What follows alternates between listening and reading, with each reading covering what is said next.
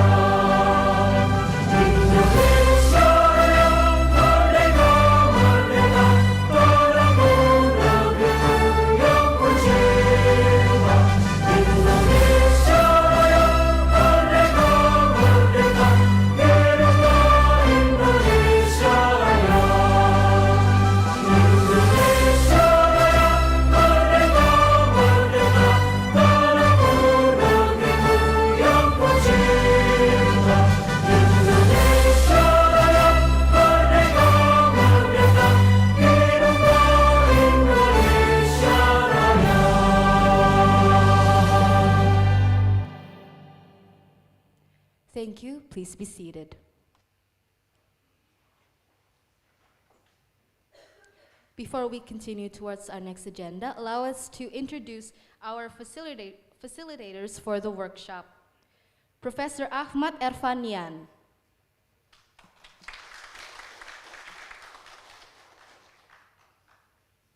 Professor Tan Aik Ling. M. Abdul Hadi Bunyamin. Associate Professor Sonia Kujis. And Dr. M. Firdaus Shami bin Sam'on. Next will be a dance performance presented by the Kinang Kilaras dance. This dance depicts the joy and spirit of Betawi women. This dance also tells of the happiness that is still depicted in the Jakarta area today. The word Kinang Kilaras itself comes from two words. Kinang, from the name of a Betawi figure, Mak Kinang, and Kilaras, which means in harmony. This dance was first introduced in 2002 at the Pasar Tonton and has then been developed as a form of public appreciation. Please give a round of applause and enjoy.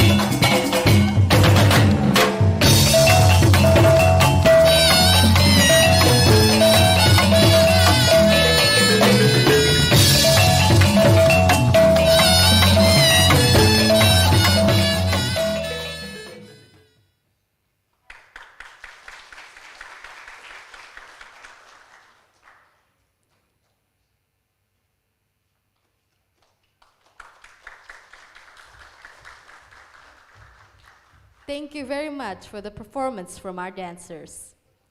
Next will be the report given by the chairman of the 2024 SMIC. To Dr. Melia Sari MSc, design is yours.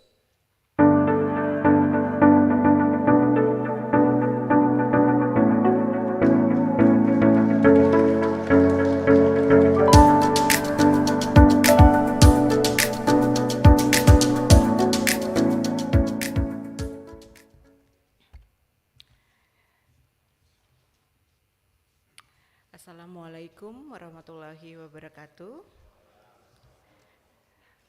The Honorable Rector of Universitas Negeri Jakarta, Professor Dr. Komarudin MSI, the Honorable Vice Rectors of Universitas Negeri Jakarta, Dr. Ivan Iskandar MHum, Vice Rector of Academic Affairs, the Honorable Head of BKSPTN in Mathematics and Science, Professor Dede Juhana MSI, Head of LP3M, Head of LPPM UNJ, Prof. Iwan Sugihartono MSI, Head of Senat Universitas Negeri Jakarta and Secretary of Senat, Professor Dr. Hafid Abbas and Professor Dr. Ahmad Shah, the Dean of Mathematics and Natural Sciences Faculties, the Dean of Faculties of Mathematics and Natural Sciences, Professor Dr. Muktiningsih, MSI, all Deans in UNJ, Vice Deans of Faculty of Mathematics and Natural Sciences, and all program coordinators, and our distinguished keynote speakers, invited speakers, and workshop facilitators. Good morning, everyone.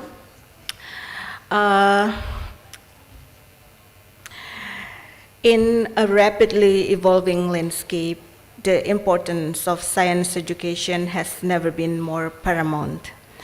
In Faculty of Mathematics and Natural Sciences, UNJ, our goal is not just to impart knowledge, but to ignite a lifelong learning and love for discovery. In 2018, FMIPA UNJ initiated the first Science and Mathematics International Conference, or SMIC, as a platform for educators, researchers, and innovators to share their insight, strategies, and successes in inspiring the next generation of scientists, thinkers, and problem solvers. SMIC is a biannual conference, and I am honored to be the chairman of this year's SMIC, the fourth SMIC. The theme of SMIC 2024 is Connecting Sustainable World and Future Technologies, Opportunities and Challenges in Science, Mathematics, and Education. Ladies and gentlemen, technology and sustainability, once considered conflicting goals, are now increasingly viewed as complementary forces capable of addressing global environmental challenges.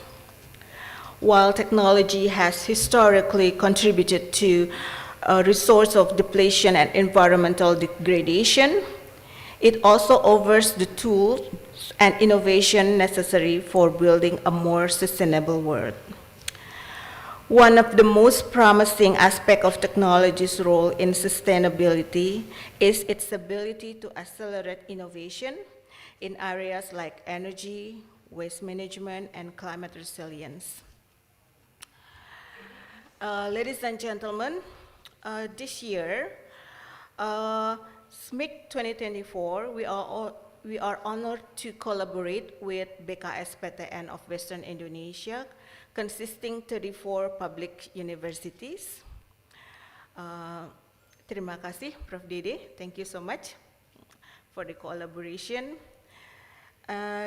This year, we welcome over 150 participants from Indonesia, Malaysia, and Taipei. As you can see, it looks like most of them are still stuck in Monday morning Jakarta traffic. It's a classic excuse. But hopefully they will come.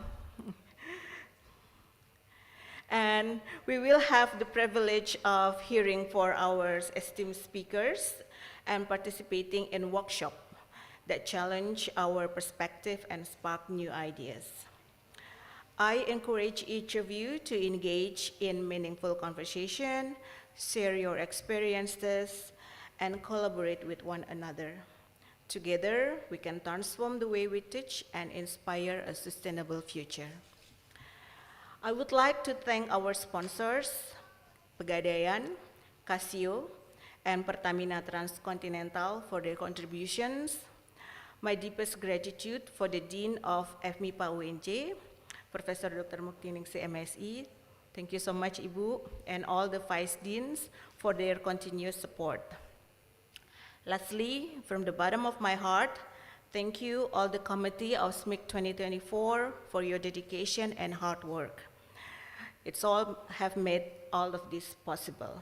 I am beyond grateful to have you all in my team. Thank you.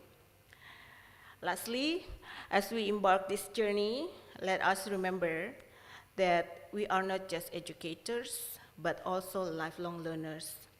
The fields of mathematics and science is ever-changing, and our commitment to evolving our teaching methods is essential to preparing our students for the challenge and opportunities that lie ahead. Thank you. Wassalamualaikum warahmatullahi wabarakatuh. Thank you for Dr. Meliasari for the report.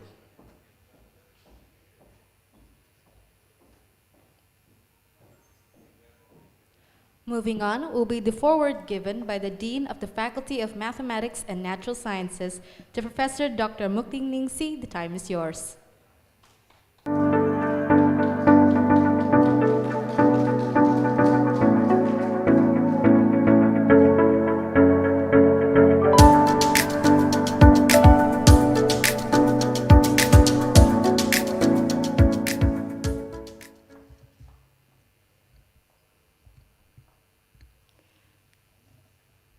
Assalamualaikum warahmatullahi wabarakatuh. Salam sejahtera, Om Swastiastu, Namo Buddhaya, Salam Kebajikan. The Honorable Rector of Universitas Negeri Jakarta, Profesor Dr. Komarudin MSI, Vice Rector for Academic Affairs, Dr. Ivan Iskandar M. Hum, the Secretary of Senat Universitas, Professor Ahman Shah, all Vice Rector, Head of Institution, Postgraduate Directors, Dean within Universitas Negeri Jakarta, the Chairman of Western Region State University Cooperation Agency, or BKS PTN Wilayah Barat, Prof. Dede, Deans within PTN BKS Western Region, Head Secretary, Head of Commission Senat of Mathematics and Natural Science Faculty, keynote speakers and invited speakers,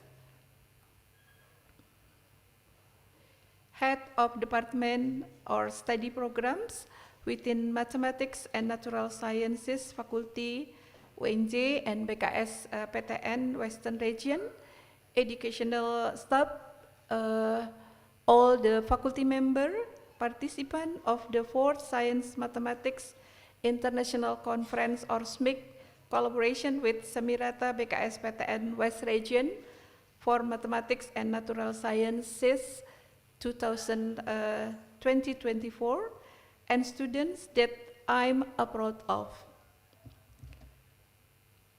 Praise and gratitude we pray to Allah Subhanahu wa Ta'ala, and salawat and greeting we extend to Prophet Muhammad Sallallahu Alaihi Wasallam, because with his blessing and gift we can gather at the 4th Science and Mathematics International Conference and Western Region State University Cooperation Agency annual meeting at the place where it started.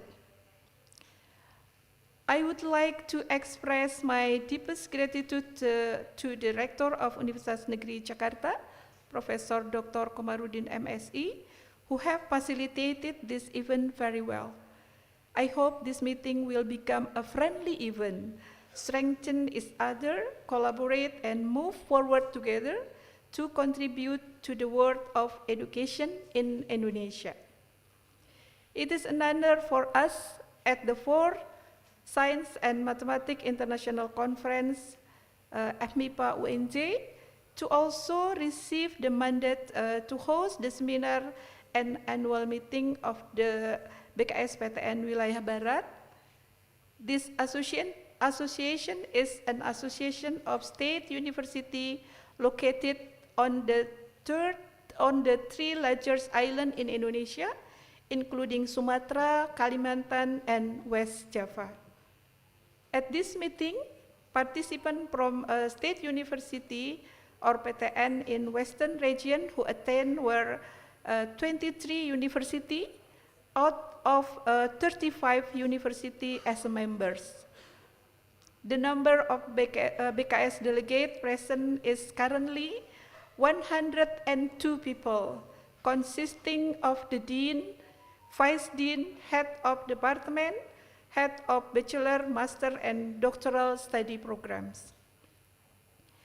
Hopefully, this meeting can be used as a very valuable moment to discuss very urgent matters in accordance with the dynamic of development in the era of independent lending, in independent campuses, and the shift in the status of higher education from public services university to autonomous university, where we are required to provide service and quality the best in the fields of education, research, and community services so that stakeholders can trust to our university. The theme of the 4th SMIC is Connecting Sustainable World and Future Technology, Opportunities and Challenges in Science, Mathematics, and Education. It is very relevant to the dynamic of the world of education that we are currently facing. We can also use this forum as a place to discuss innovative and creative ideas toward becoming a PTN BKS Western region that is recognized internationally, while still prioritizing the local wisdom possessed by each institution. Once again, I would like to thank all the PTN BKS Western Region delegates and the committee, particularly Dr. Melia Sari, as a head of SMIC 2024, and all the team who have worked hard to make this event a success. I believe Allah will always bestow His guidance on all of you. Hopefully, the 4th SMIC and the West Region BKS PTN annual meeting can run smoothly and successful. Before I close this speech, allow me to read a pantun or rhyme. Please don't forget to say cakep. Okay? I try to deliver in bahasa and then I will translate it. Jalan-jalan ke Monas di siang hari. Nikmati indahnya kota Jakarta. SMIC 2024 hadir berbagi, menebar ilmu, menggali hikmah bersama. Satu lagi ya Bapak Ibu. Berjalan santai di tengah kota. Mampir sebentar minum es kelapa. PTN BKS di Jakarta berkumpul bersama, diskusi cerdas demi bangsa tercinta. Let me try to translate, but it might not fit. Take a walk to Monas during the day. Enjoy the beautiful city of Jakarta. SMIC 2024 is here to share, spread knowledge, explore wisdom together. Take a leisurely walk in the middle of the city. Stop by for a moment to drink coconut ice. PTN BKS in Jakarta gathered together, smart discussion for the sake of our beloved nation. Wassalamualaikum warahmatullahi wabarakatuh.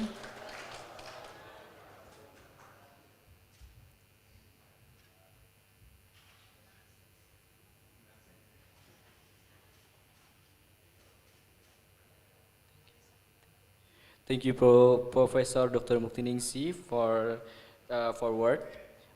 In the next agenda, next will be a forward by the chairman of PTN BKS, Mathematics and Science Division, to Professor Dede Juhana, MSc PhD. The shine is yours.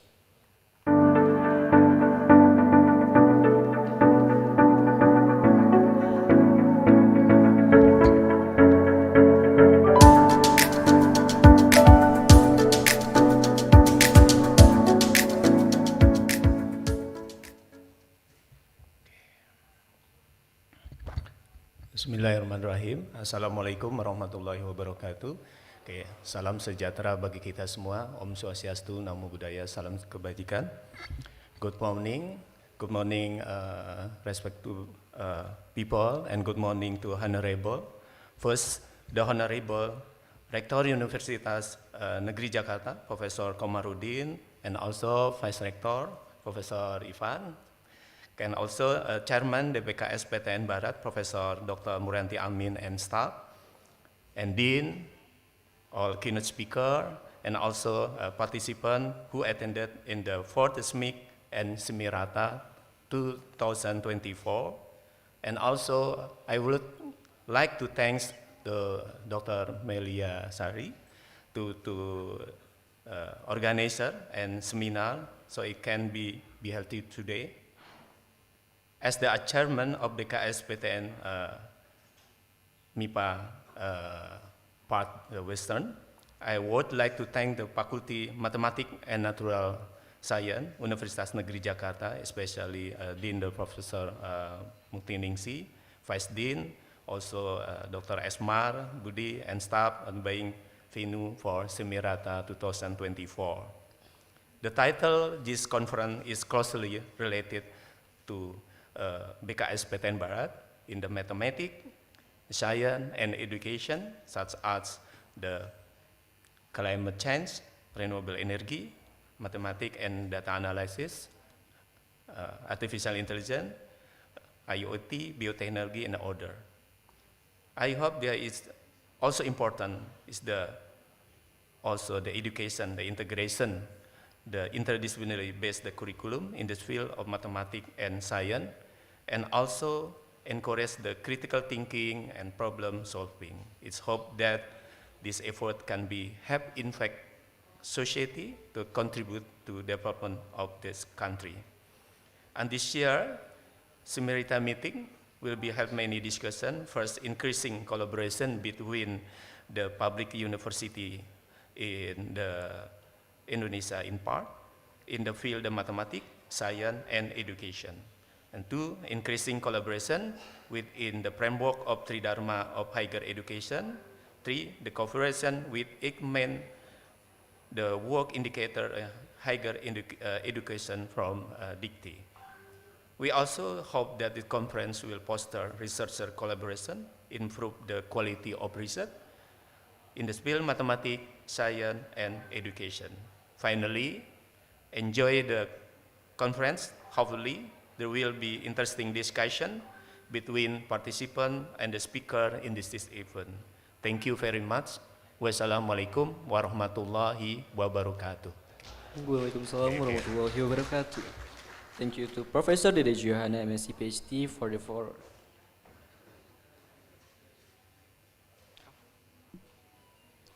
Moving on will be the opening remarks given by the Vice Rector for Academic Affairs, Universitas Negeri Jakarta, to Dr. Ivan Iskandar Mhum. The time is yours.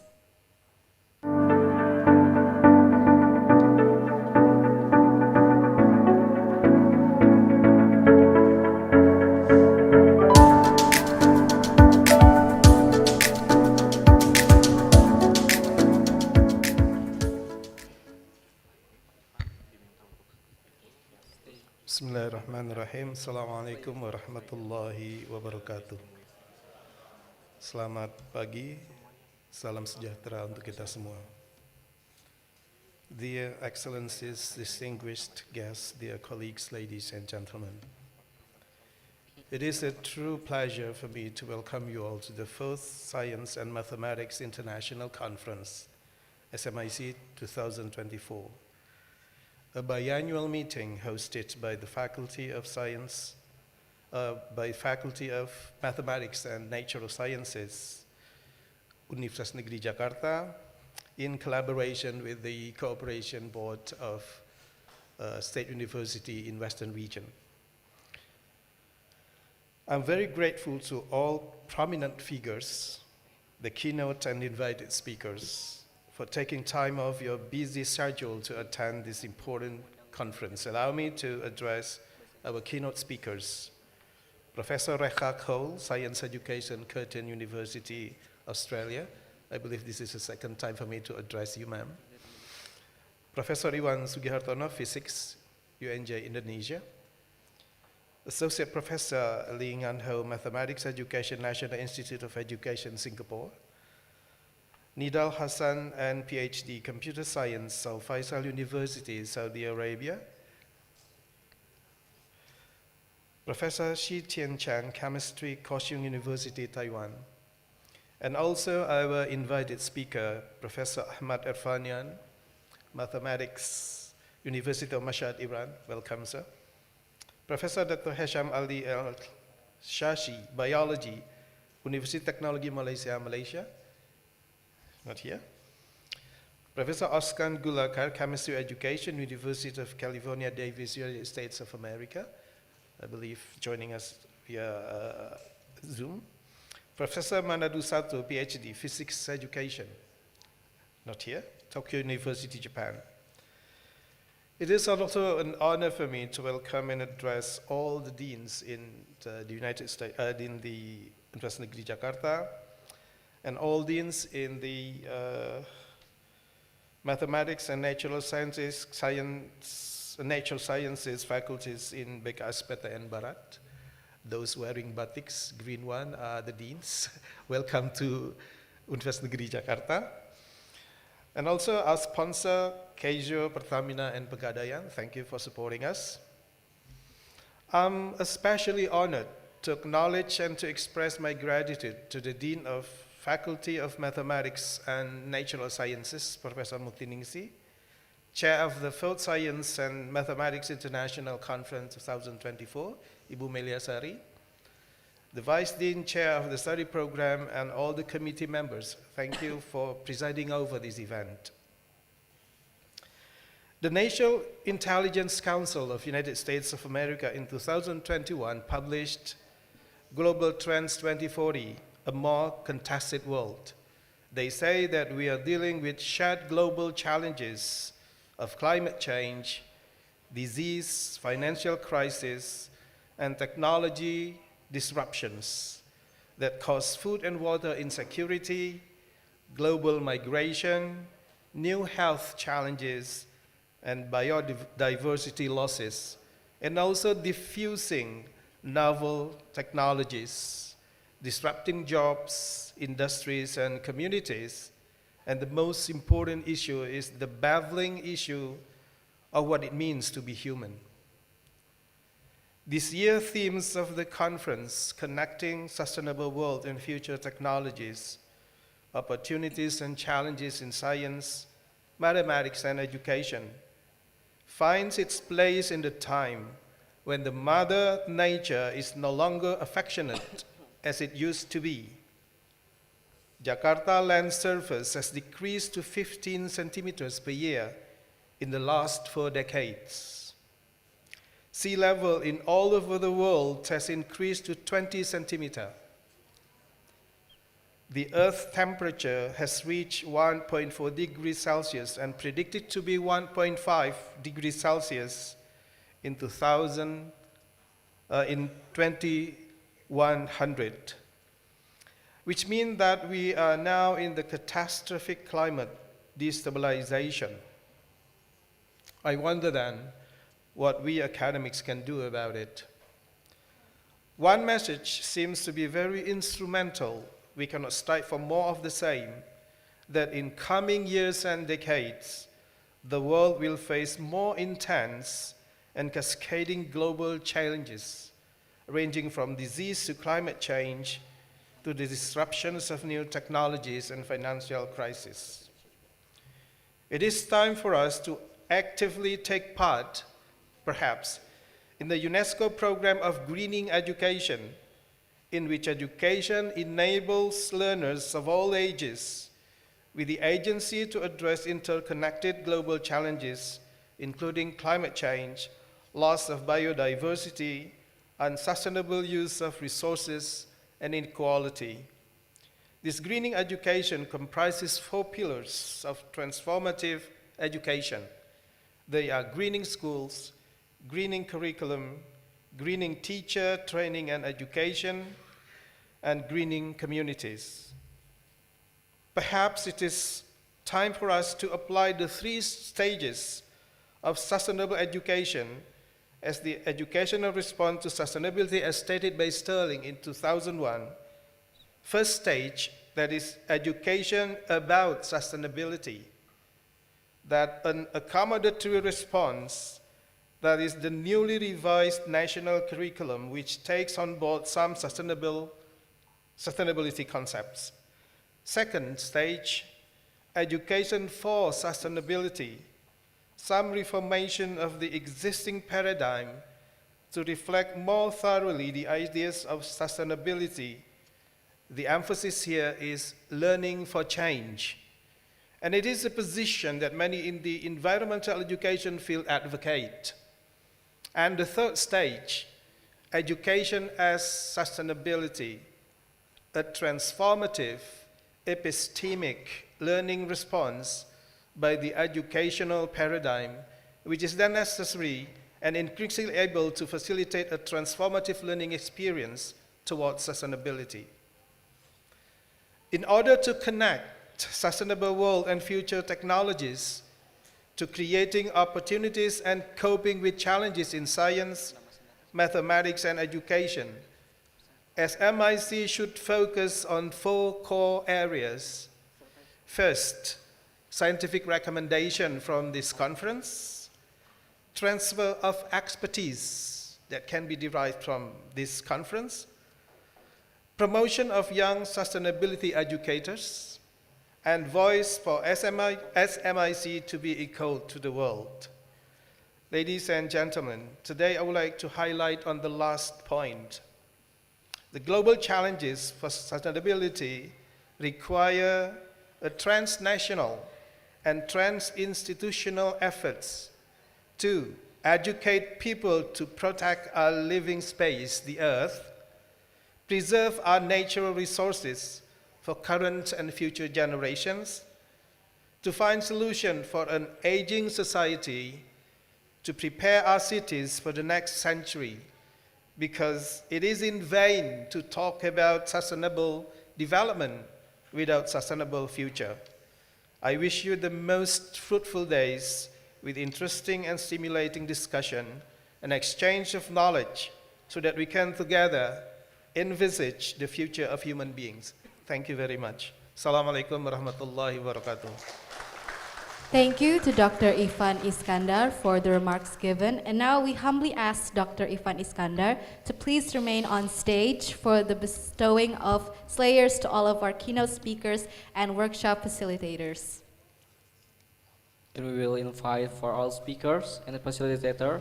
Dan kami juga turut mengundang kepada Bapak Profesor Iwan, Bapak Profesor Iwan Sugiarto, kepada Dekan Fakultas Matematika dan Ilmu Pengetahuan Alam, kepada Profesor Muktiningsih MSc, dan kepada Sekretaris Senat, Bapak Profesor Ahmad Syah.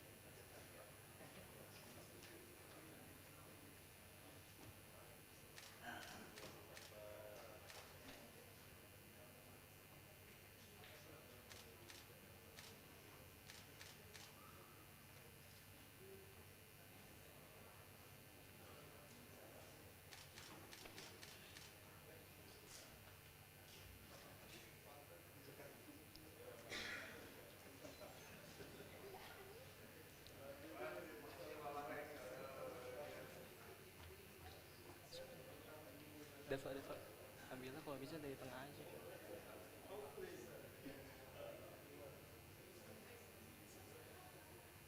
Habis ini foto session.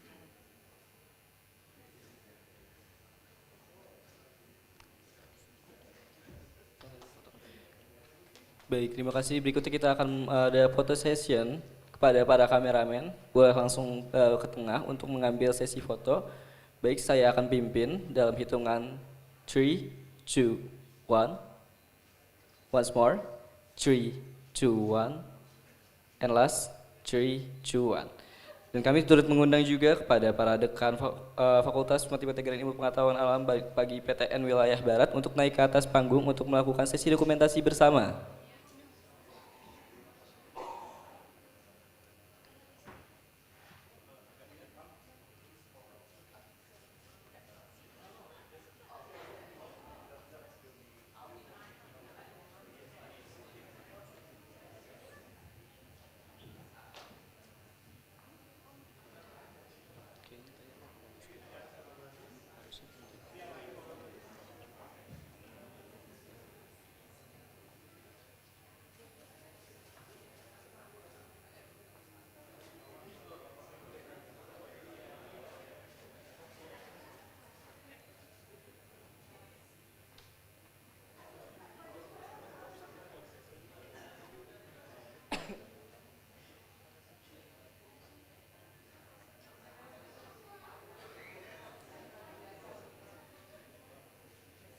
Kamu bilang thank you ya.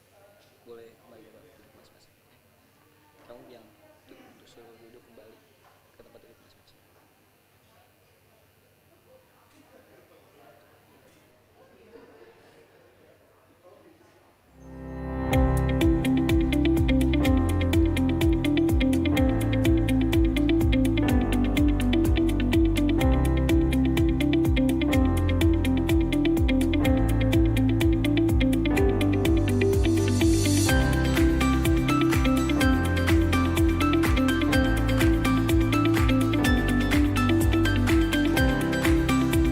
Berikutnya akan ada sesi dokumentasi.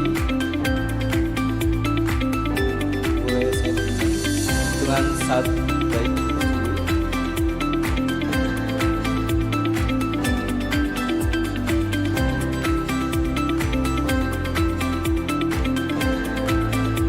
Untuk peserta yang berada di dalam ruangan bisa on cam.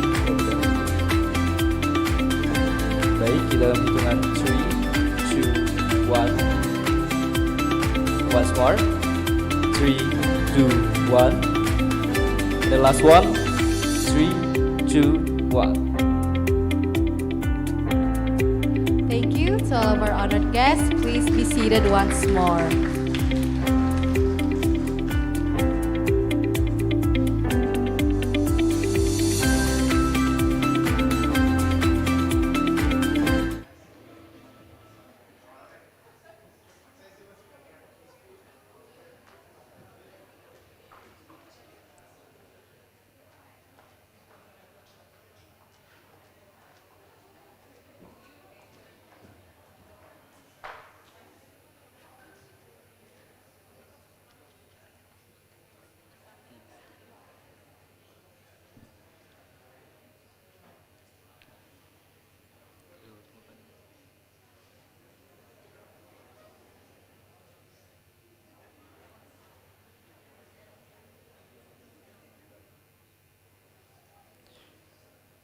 Next will be a 10-minute coffee break. Enjoy another round of thanks for Pertamina and Alscasio for sponsoring today's event.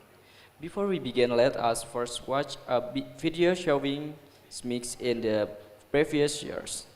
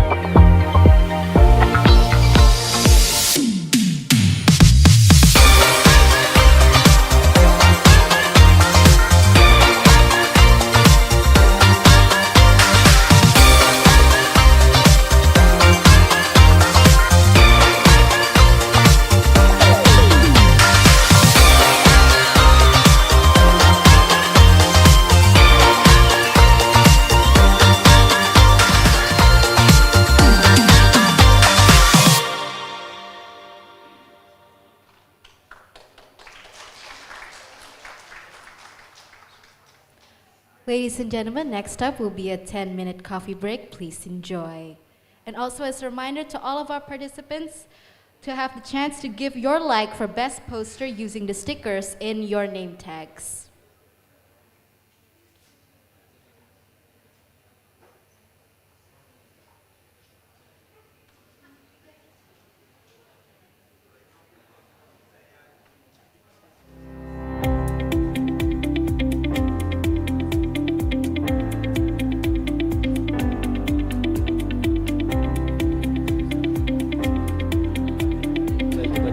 Para peserta dan hadirin, akan ada istirahat selama 10 menit. Silakan tepati waktunya. Kami mengingatkan kepada para peserta untuk naik ke lantai 9.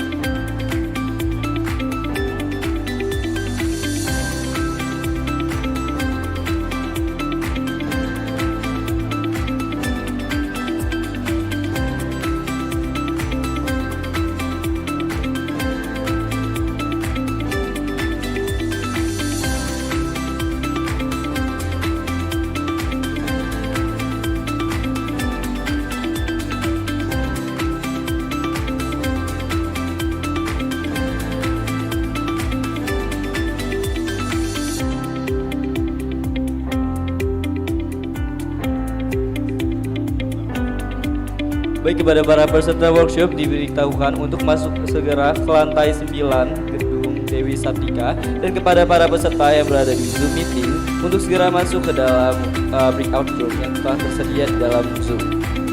Sekali lagi diinfokan kepada para peserta untuk segera naik ke lantai 9 gedung Dewi Sartika, dan kepada para peserta yang berada di Zoom online segera masuk dalam breakout Zoom.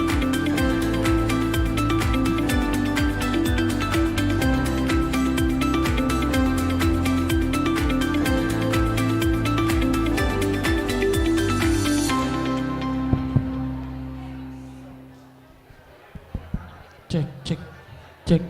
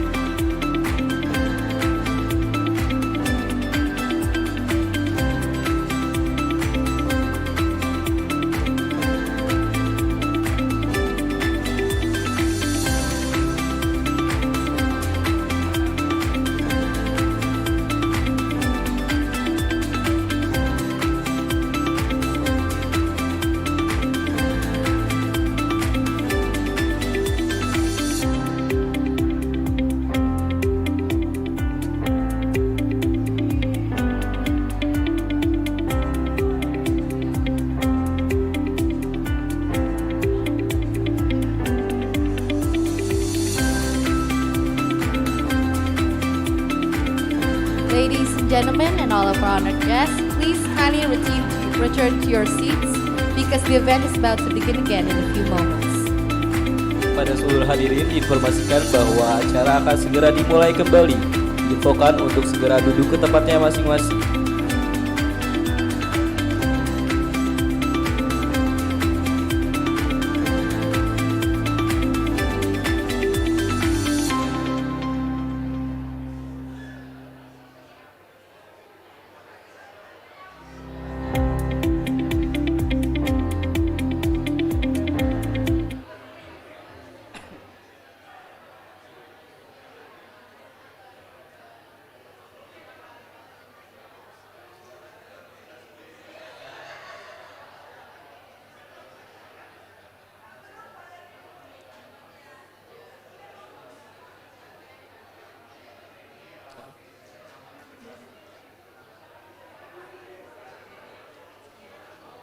Sekali lagi diinfokan kepada seluruh hadirin untuk segera kembali ke tempat duduknya masing-masing karena kita akan memasuki agenda berikutnya.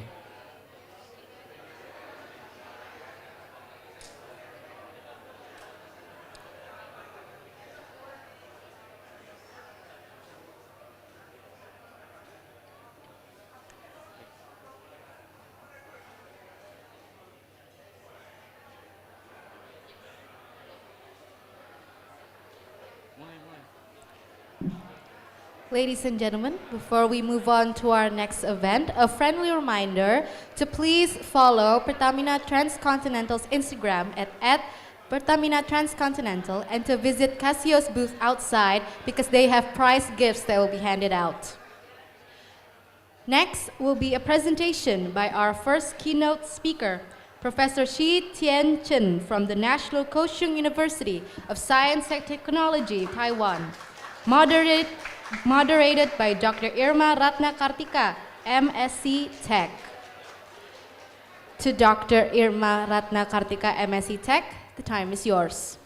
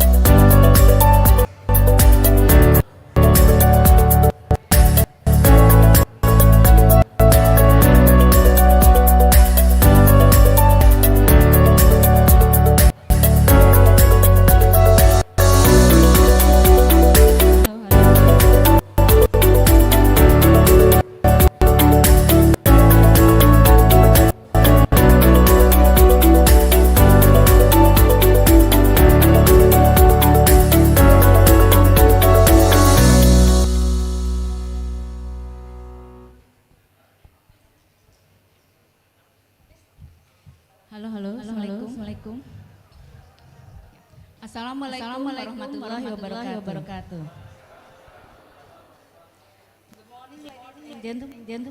Good morning, ladies and gentlemen. Welcome to all you. Welcome to all of the plenary session of invited speaker SMIC 2024. My name is Irma Kartika from Chemistry Department Universitas Negeri Jakarta. It is an honor to be the moderator for the plenary session in SMIC 2024.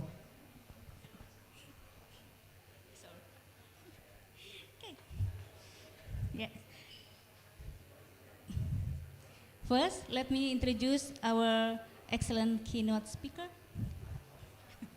In this session, we have Professor Shi Tian Chen, from National Kaohsiung University of Science and Technology, Taiwan.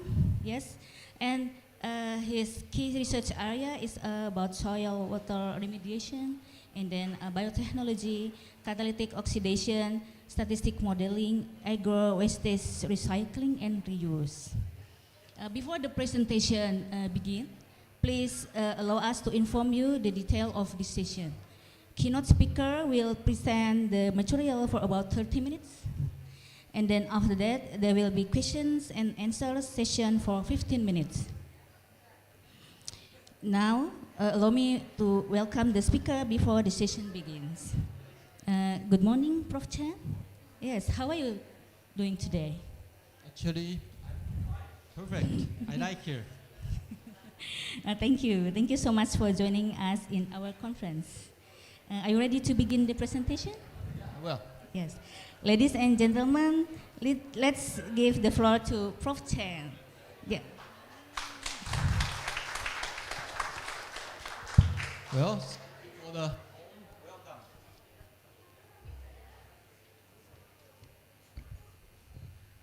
First of all, sorry, Prof. Chen, we have to see your curriculum vitae first. Okay, let's see, please, the biography of Prof. Chen.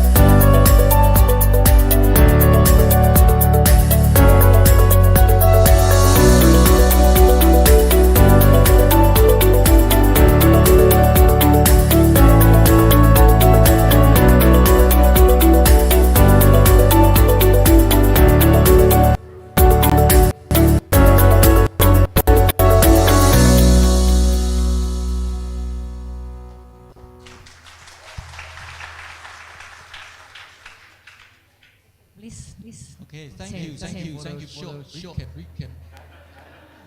My research, I will talk about that a little bit in the talk, but let me get started.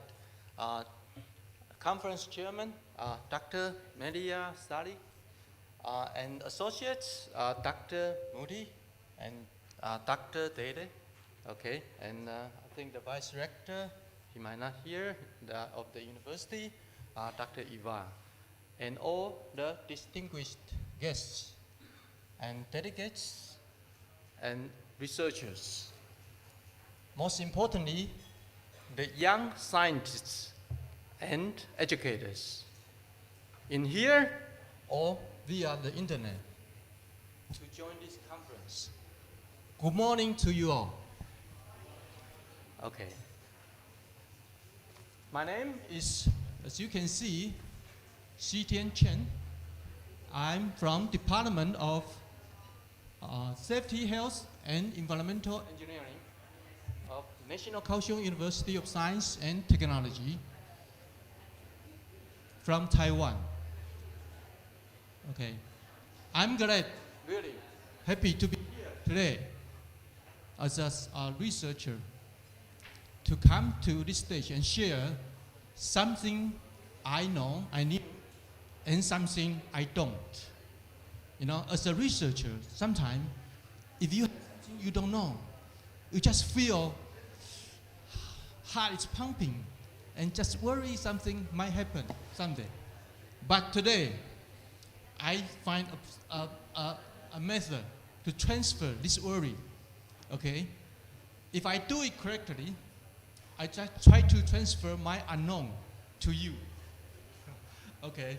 So if I do it correctly on my presentation, and after presentation, I will be so much relieved because all the unknown will belong to you. Okay, and so,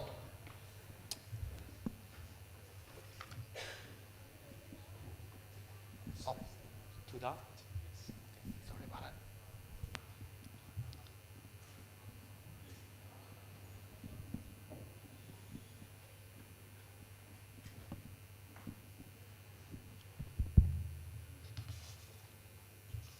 Okay, so as a starter of the speaker of the day, I have two things I want to share with you.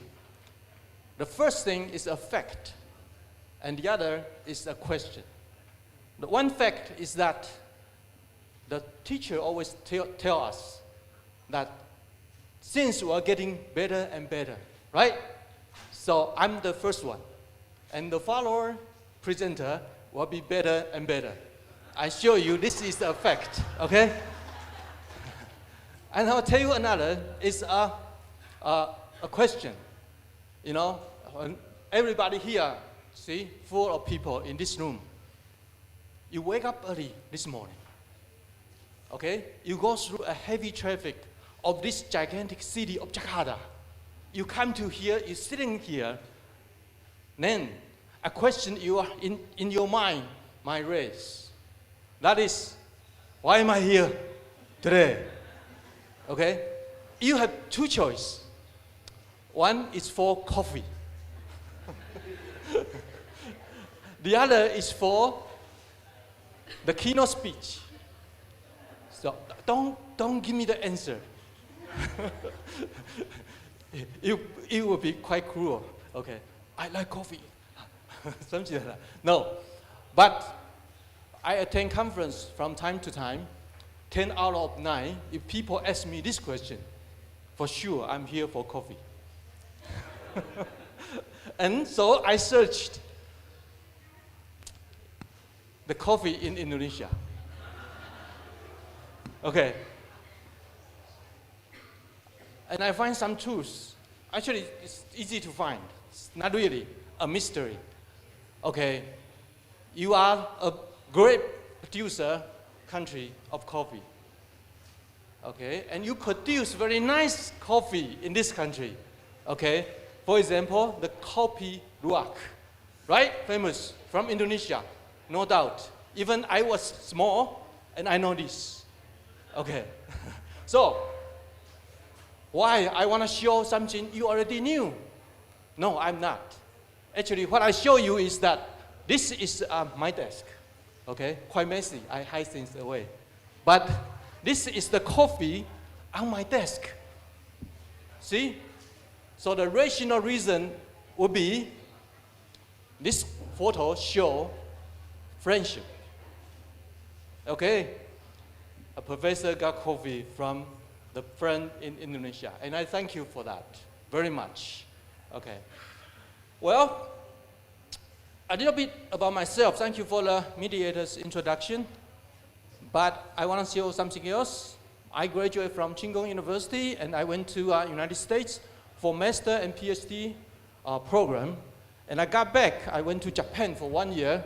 It's a Rotary scholarship program. And I stayed there for 1 year. And I know chemistry and a little bit biology.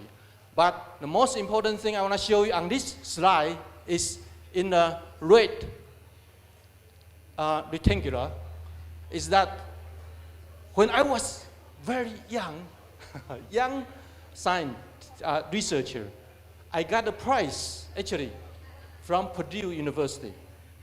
Okay? And then I win a poster exhibition. I like the idea very much. And I also learned, this conference, you have similar poster exhibition. Okay? You never know how important that is. In the young science researcher's mind, you put a seed in his mind. And you never know when the seed will sprout and grow. Okay? And because of the seed, I studied the chemical oxidation for nearly 30 years.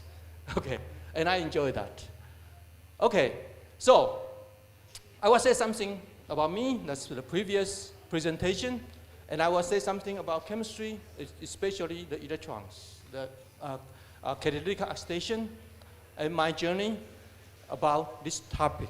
Okay, so guys, get real. This is just the beginning of my talk. All right? So remember, I give you the choice, coffee or presentation. I think you had to better choose coffee. Long journey to go, okay? But I'm very thankful, actually, today, because maybe you already noticed, I am not a scientist. Nor am I an educator. No, I'm an engineer. Okay? So, you are very kind to allow me to stand right here and talk to you. Okay, thank you for that very much. Okay, in Taiwan, actually, but I noticed that because I really want to become a scientist. Actually, I like to become a physicist, okay, physics, okay, in my young age. But obviously, I make the different choice, okay. And one of my friends know that I like science a lot. He told me, he tried to comfort me the other day. He said, Chen, don't worry. You know, you are lucky not to be a scientist because in Taiwan, we won't have a scientist like Newton, you know, who discovered gravity, right? We never have a scientist like Newton in Taiwan. And I say, Newton, it's too far away from me. I never dreamed to become a Newton. Anyway, but why? He said, because you know, the Newton who discovered gravity, right? Because he was knocked by an apple on his head. I say, oh, okay, I heard that story when we are young, right? And then he continued, in Taiwan, we don't have apple, we only have coconuts. See? So no scientists in Taiwan. Okay? So, okay, comfort me a little bit, but anyway, not really. But somehow, as an engineer, all I can share with you, actually, in a group of people, it's not what I knew, but what are my problems. And I expect that we can communicate on certain subject and we can learn together in the future, okay? So I will continue. Now, as honored to join this conference, I try to assure you this is the right conference to come. Okay, and this is the right topic that give it to you in this conference. This is a conference held in the United Kingdom 2 years ago. And they're talking about the World Congress in Oxidation Catalysis. Okay, this is pure chemistry. And the main thing in that conference is oxidation for a sustainable future and clean environment. Okay, sustainable future. If you compare the main thing of that conference and this conference, or cut it out. But I think a couple people already mentioned that. The main thing of this conference is that we want a sustainable world and future technology, right? How a coincidence, okay? So people in this room, actually you hold a key to the sustainable world in the future. Okay, that's important. Okay, so this is gonna be brief. So I know you are nice scientists. Okay, when I'm talking about oxidation, oxidation is a process, part of the process of the electron transfer. And electron transfer, we need to have someone to give away the electron. So we call it electron donor. We need to have someone to accept the electron. We call it the acceptor. But the most important thing, people in the science, is talking about a catalyst. Because we need to have a catalyst to speed up the reaction. So the phasing up the production, something like that. But we do have some obstacles, okay? We encountered many interferences in this reaction. We also has a limited reaction in this kind of reaction. So, and also, we need to protect the catalyst being destroyed during the reaction. So we have numerous problems in this reaction. So talking about electron, it's easier, right? It's easier to understand. So we can find, can we see electron? The answer is no. With our bare eyes, no. But we actually can see the phenomena of the electron everywhere. Okay, the light, the lightning, okay, even the machine we use so often, the surface scanning electron microscope. And maybe a very famous guy, Einstein, in 1921, they got Nobel Award about the photoelectric effect. Okay, that means the photon actually can hit and then move the electron somehow. Okay, that's all we know in first place. So as an engineer professor, okay, this again, back to my desk. This is my desk, right? See, the engineer professor, they seldom move their butts away from their chair, stick there. So they try to find material around the desk and make some experiment, right?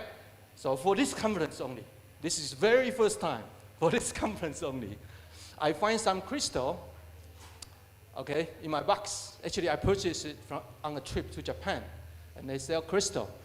And then we know of a phenomena called tribal luminescence, right?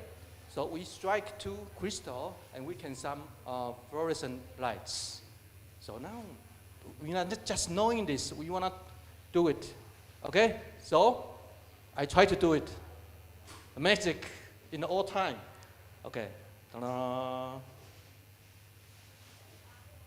Okay, they're supposed to have a sun. Okay, I make a noise. Okay, so see the fluorescent light, right? Can you? Let me just show you one more time. It's supposed to see the fluorescent light. Oh, the light come out. Okay? Okay. Because of these two crystals. Okay. So we know electron, we know lights, but where my research come from? When I was in a master program in the United States. Okay, people know this phenomena. In our body, we produce superoxide. Through mitochondria respiration, we have superoxides in our body. And then we use superoxide dismutase to transfer those superoxide to hydrogen peroxide, right? I think somebody is very good in biology in this room. And then we kind of use the catalyst, the enzyme, to again transfer that hydrogen peroxide into oxygen and water. That protect our body. But in the other route, you can see here, in our body, we have some metals, especially the hemoglobin. Hemoglobin has iron in it. And some residue of those hemoglobin may have a free or complex metals circulate in our blood.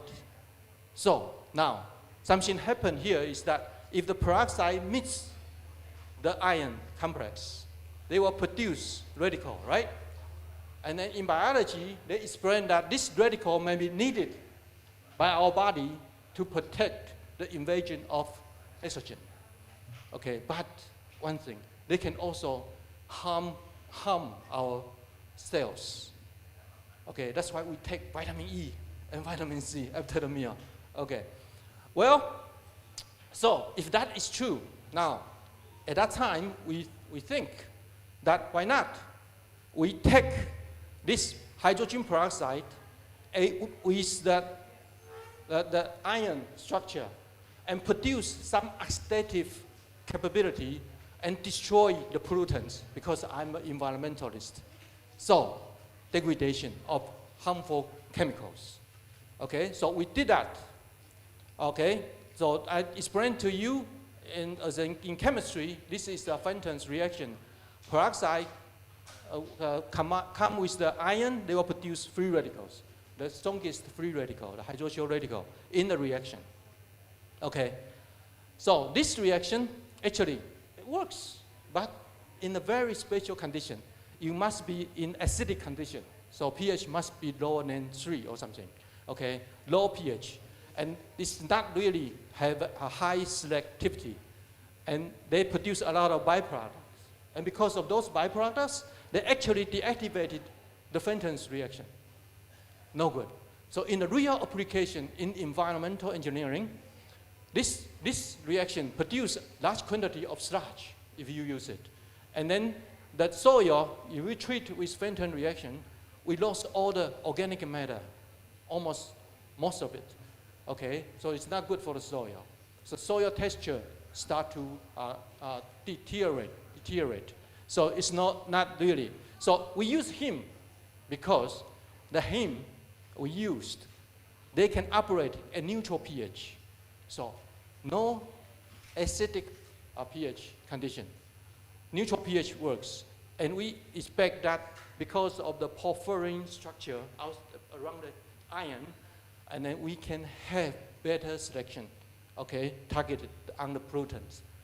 So we work it out and we publish the paper, okay, and the title is the pentachlorophenol and the crystal violet degradation in water and soil using heme and hydrogen peroxide. Okay, so the thing we do is try to break this structure, pentachlorophenol. This compound actually is quite troublesome at that time because they had no smell and it's a toxic chemical, it's a dioxide. We use it for wood preservation. We protect the wood before bitten by the termite, okay? And because they are toxic, the drinking water limit is 1 parts per million, very tiny amount, okay? And this compound also, it's fate soluble. Means if you touch that compound, and then they can penetrate right into your skin and accumulate in your body. So it's quite dangerous stuff here. So we use that reaction I told you, the heme and the peroxide try to break the pentachlorophenol, okay? So this is the structure of hemoglobin. You take out of all the amino acid, you got the structure of heme, okay? That's the structure we use as the catalyst in our reaction. So this is just numbers, okay? I explain a little bit to you. If we treat the crystal violet, it's a dye, then using pure hydrogen peroxide, that's an oxidant, the reaction went okay, but slow, right? The slope is quite flat here. But if we have the heme and the hydrogen peroxide present at the same time, this is the rate. Okay, same amount of hydrogen peroxide, but with heme in this reaction. Okay, the crystal violet dropped quite quickly for the beginning. So this demonstrates that heme in this reaction is a catalyst, no doubt, right? So we use that to do another thing is that we, after the reaction for the pentachlorophenol mineralization, the reaction tends to stop. And after that, we add another time of heme and heme plus peroxide. And the reaction kind of rejuvenate, okay, start again. What that means is that, show you one more time that heme is the catalyst. We only need oxidant, the reaction will restart. But if we put more heme into it, that the reaction is actually getting even better. So that's the thing I told you during the oxidation reaction. That reaction actually break the catalyst we provide. Okay, that's the information we want to show you.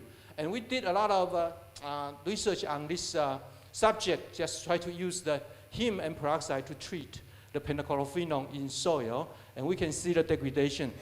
Okay, all the pentachlorophenol seems to break away up to about 80-some percentage of the pentachlorophenol was removed.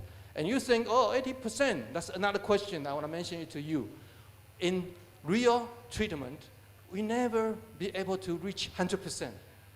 Okay, it's always come with a residue at a low concentration and difficult to be oxidized in soil. Okay, that's another question.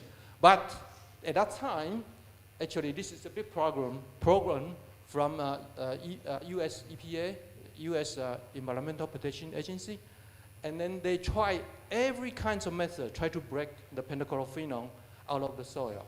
They tried UV light, they tried phytofungus, is a kind of fungus, the biological method, and they tried solvent extraction, but none of those works as good as this chemical oxidation. Okay, and more data that show you not only this, this is a radioactive material. We find some radiative material, actually first is in pentachlorophenol, but transferred to solvent. But they are not pentachlorophenol because they are a high percentage. So we know that some intermediates actually produced in this reaction. So we degrade or remove pentachlorophenol, but we produce a lot of intermediates. So what happened to those intermediates? In engineering point of view, we never really take care of it, okay? But I think this is another limitation of chemical oxidation. We have some intermediate left over. And this is show me that we are engineers. The mechanism, actually, I think is liked by the scientists. Like we put it at the very last. We try to propose a working mechanism, how this happened, using the heme and peroxide to treat the pentachlorophenol. So this process is that we think heme as a catalyst, and then they kind of deliver or transfer the electron, okay, and to take away the electron from the organic material, that's pentachlorophenol in this case, and produce intermediates, and eventually transfer them to carbon dioxide, some of them, okay? So this is also proposed in that articles. It worked. I mean, as an engineering perspective, it can degrade about 80%, 90% of pentachlorophenol from the soil. However, the real story is that the heme, you have to get the heme from the animal blood or some soybean extract. It's expensive, way expensive, okay? So we need some alternative to solve this question. So my next move is to search for alternative. So we find out a metal chelator called ethylene diamine tetraacetic acid, or we call it EDTA for short. This is a structure like this, and then have a metal in the middle of this structure. So we kind of surround the metal with organic, okay? And we also work out the mechanisms. Actually we have a pure free metal ion, and also the EDTA and heming as a catalyst, and try to find out what kind of free radical appear in the reaction.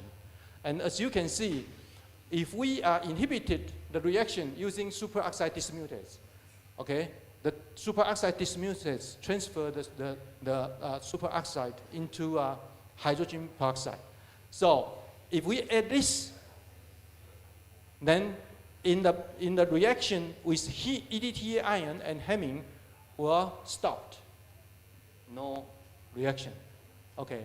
But with free ion, that's the Fenton's reaction, they produce radical.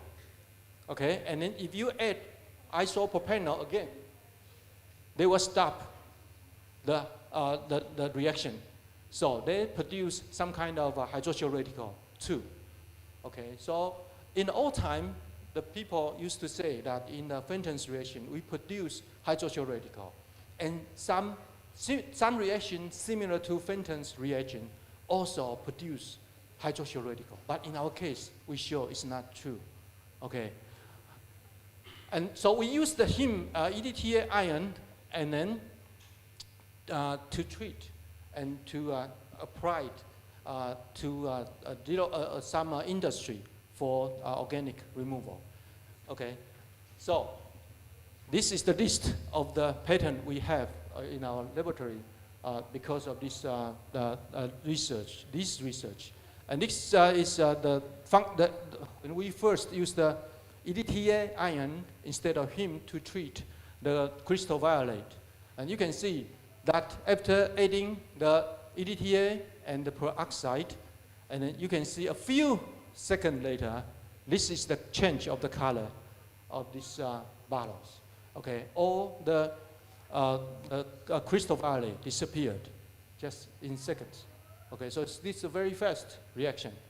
Okay, and then the following is all sorts of application. So I try to explain quickly to you is that we have we call it BTEX. That's benzene, isobenzene, etc.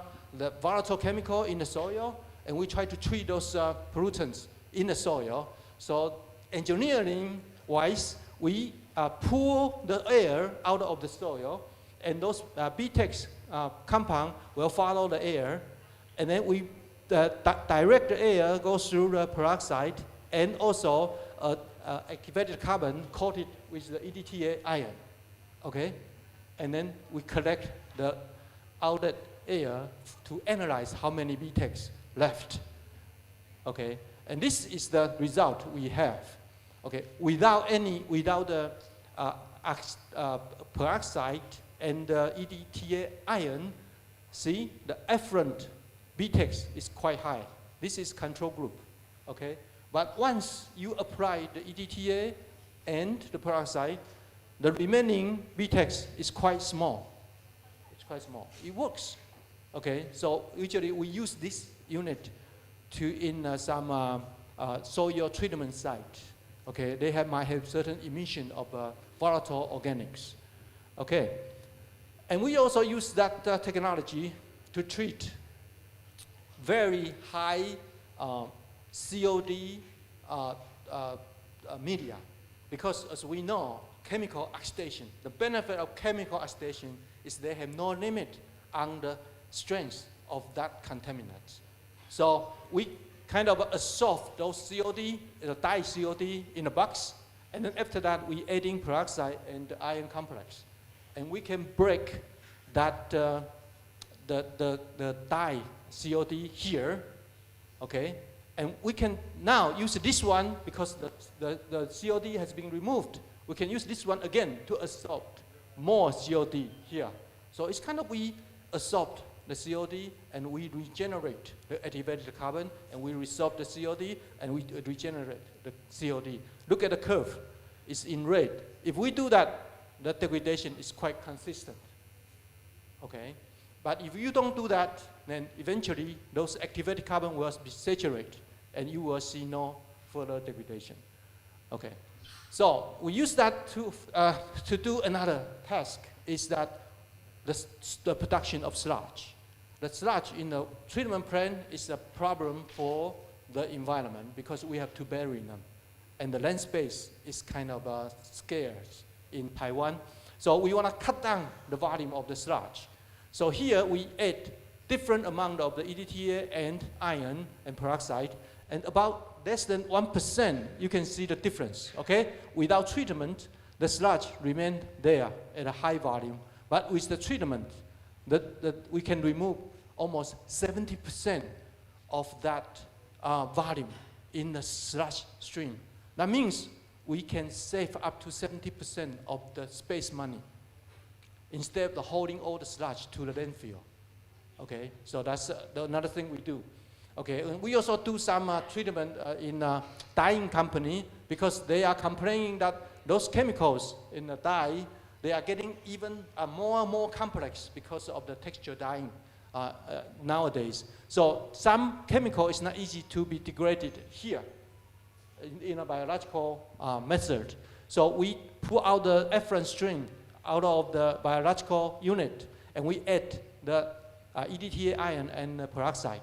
We try to break those the difficult to break chemicals and see that the intermediate can be degraded by in the biological unit by the bacteria.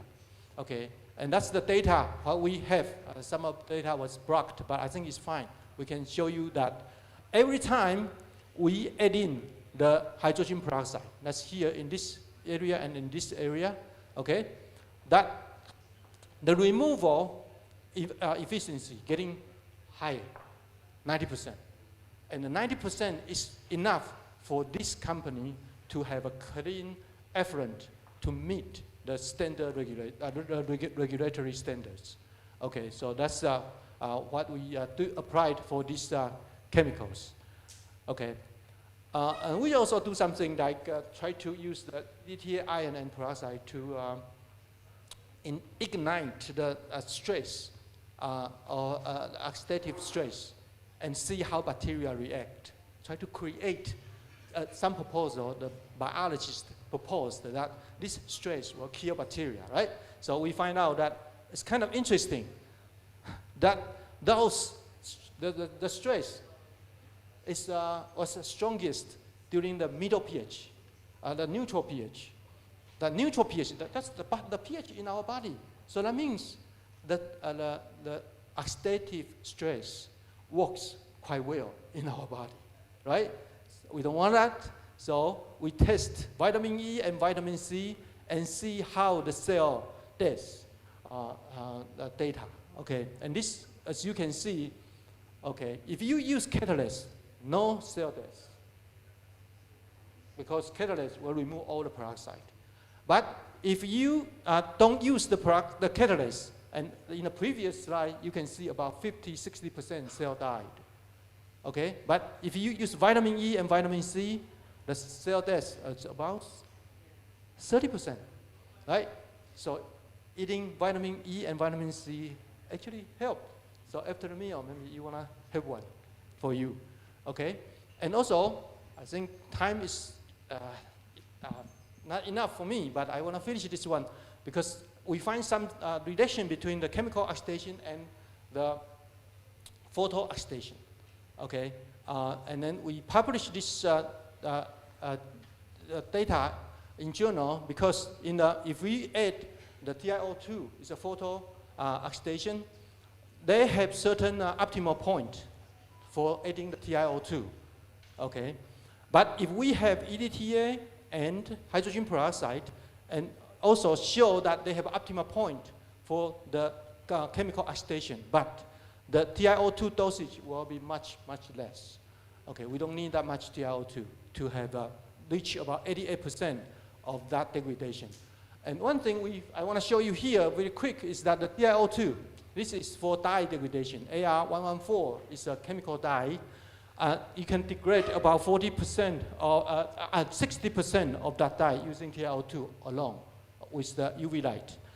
And then you can degrade about 80% using the hydrogen peroxide and EDTA ion.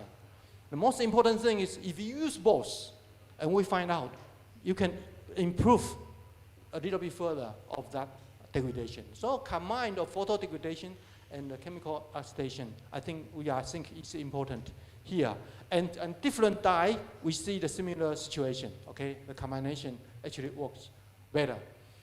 Okay, so as a speech, I want to give you two things. Two reflections about my talk and couple thoughts for my presentation. The reflection one is that, remember, we use iron. We use iron and then in the hemoglobin structure, and then we extract that structure, that's hemming, okay, to do the reaction. But if we wrap it with the amino acid, it's a very nice enzyme, right? It's a catalyst. And for iron, if we add EDTA and then forming EDTA ion, okay, we got almost similar success. But the reason I am showing this picture is that can we wrap something even outside this structure and get a better selectivity? Okay, that's the key for catalytic oxidation, right?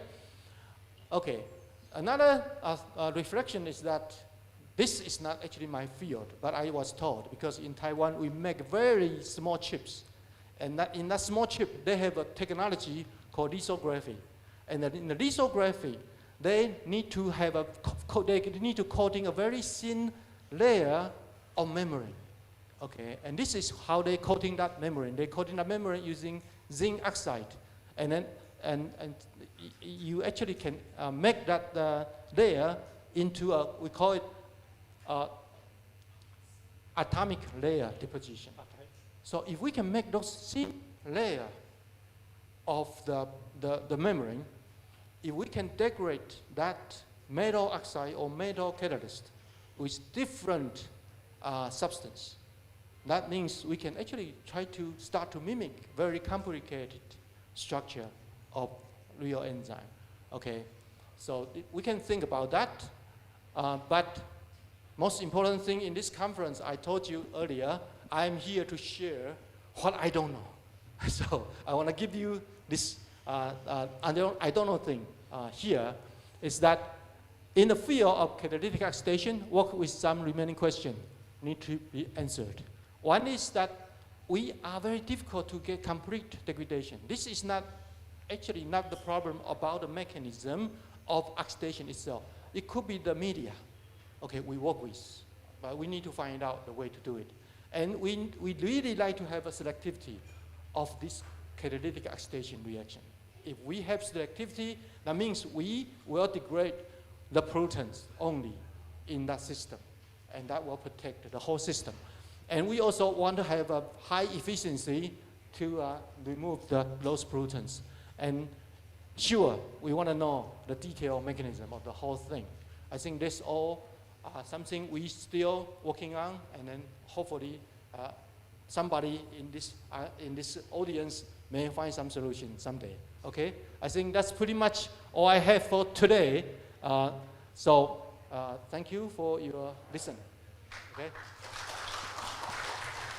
And if I can, I want to take another 30 minutes to do a commercial, okay? Because we do have some kind of tie with this university. We in Taiwan, we have two programs. One called RIPP, is supported by National Science and Technology, and one called TEEP program for Taiwan, supported by Taiwan Ministry of Education. Actually, we accept students from your university, go to our university, and we pay them monthly and doing research together. And we already have 3 students went to Taiwan and come back here. And now we have another 2 students in this university, in my school, and we also accept students from other universities. So it's just a little commercial, and thank you for the time. Thank you. Yep. Thank you very much, Prof. Chen, for giving us such an excellent presentation. Now we have 10 minutes left. Sorry, Prof. Chen. Now we have now to come to question and answer section and discussion. Please, ladies and gentlemen, if you have any questions.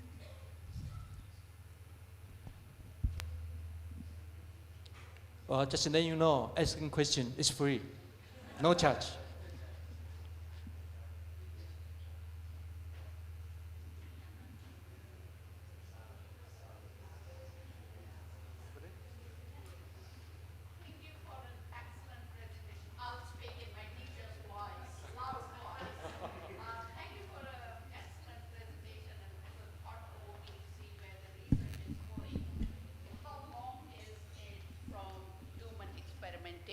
Because you talked about working with the heme in the body and vitamin C and E. I know C won't do any damage to the body, but we have a risk of getting vitaminosis E as well, because it's a oil-soluble vitamin, and body has that tendency to store it and damage the body. So how far is it from human testing? Okay. Actually, based on my background, I'm not a good guy to answer your question. I will ask for help in the audience. Maybe someone in biology will answer your question more correctly. But my understanding is that we do know that free radical does happen in our body, especially after a big meal. You produce a lot of free radical. And then the thing is that free radical will attack. You will kind of gathering around in the bloodstream, and they will attack our red blood cell.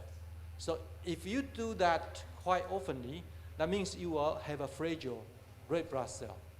Okay, so we take some, you say the water-soluble vitamin, like vitamin C or vitamin E.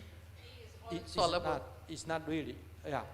But they can become target to be attacked by those free radicals. That's the way we protect the red blood cell. and my understanding is I didn't really, because I'm not a biologist, I didn't really to check the reference.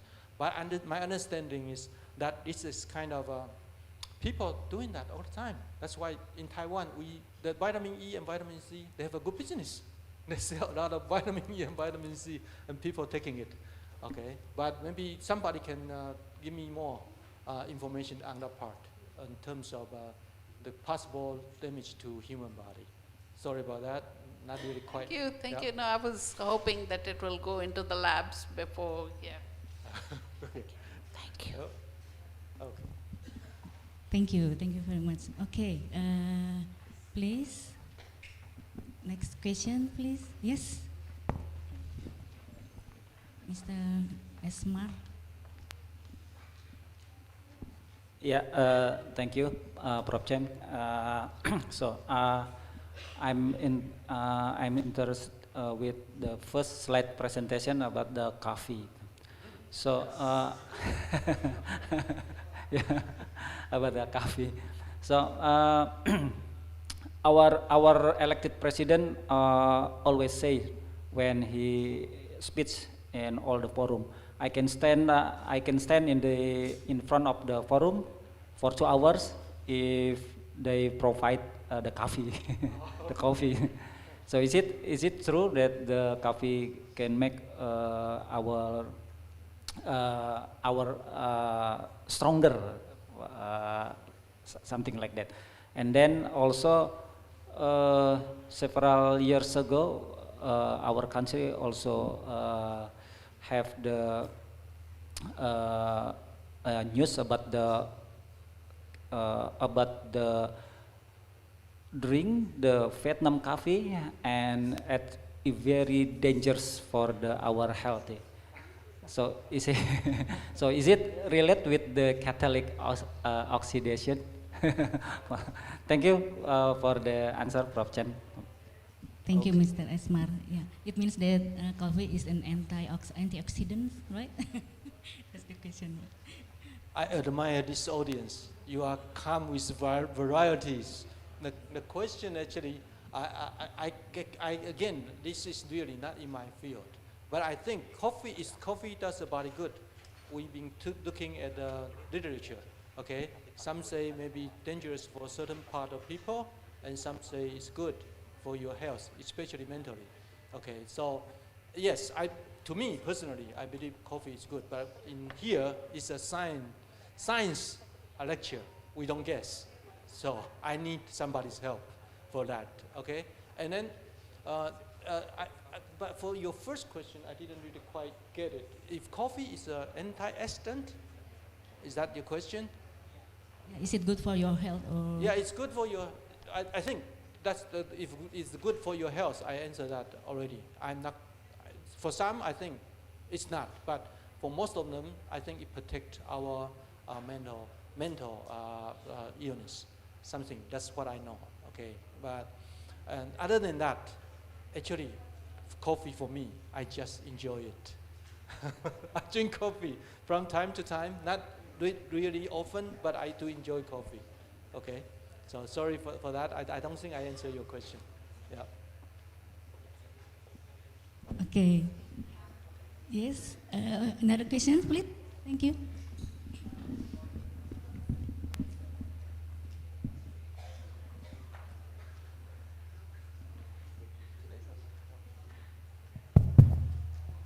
Okay, thank you, Professor Chen. Good, nice presentation. But I observed the last slide about the Taiwan experience education program. Mm-hmm. Yeah, maybe we have the other dean in here. Maybe have the information, or you have the experience. Maybe you have to give the some, but how to get some TEF program in the Taiwan. And also what to prepare, what to for to master or for to doctor about a PhD program. Maybe I have get some information for this program. Thank you, Professor. Okay, see a lovely teacher looking out for students. Very nice. Okay, okay. I think the I just come for a couple of days, so the best person to talk with maybe Professor Moody, okay, because we already cooperate for a couple of years. And then for your university, I would say you're guaranteed because the student we received, okay, so excellent and very nice in English. It's almost kind of surprised me. Okay, every student talk in English very fluently, and we still have Fabian and Winton, that's your student in this university, in my laboratory right now. Okay, so we can work together, and then if we have chance, really, we can work in the same project, and maybe we can have some kind of collaboration in the future. And thank you for asking. Okay, so maybe looking for Professor Moody. If I could, I will leave some message there as well. Okay, thank you for asking. Okay, thank you.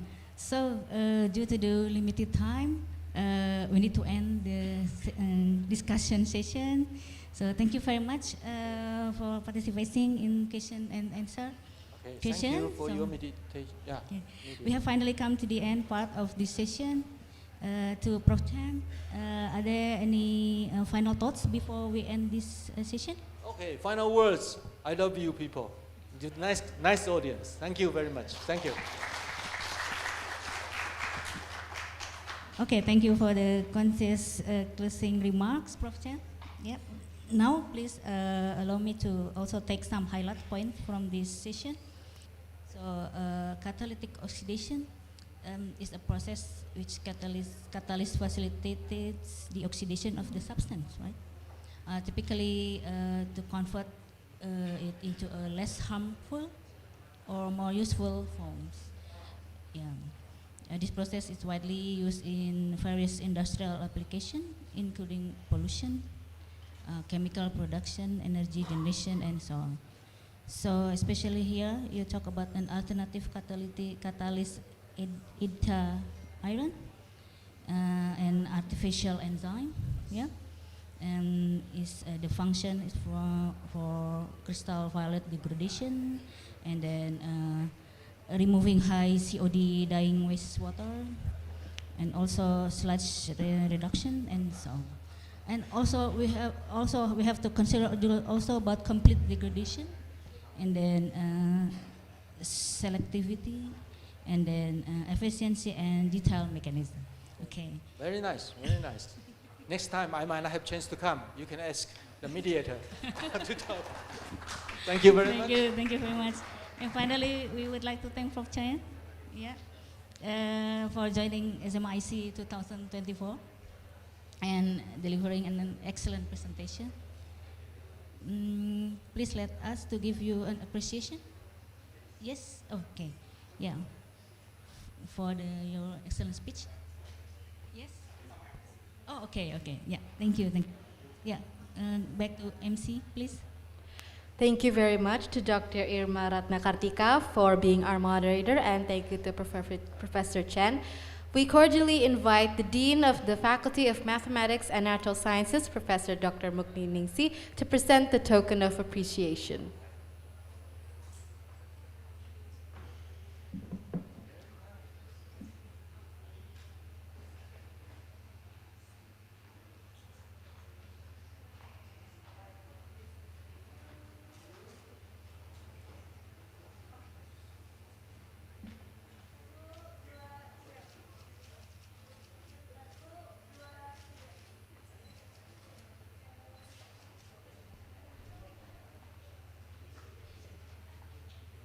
Thank you very much to Professor Chen. And please give another round of applause for our incredible moderator, Dr. Irma Ratnakartika. Okay. Assalamualaikum warahmatullahi wabarakatuh.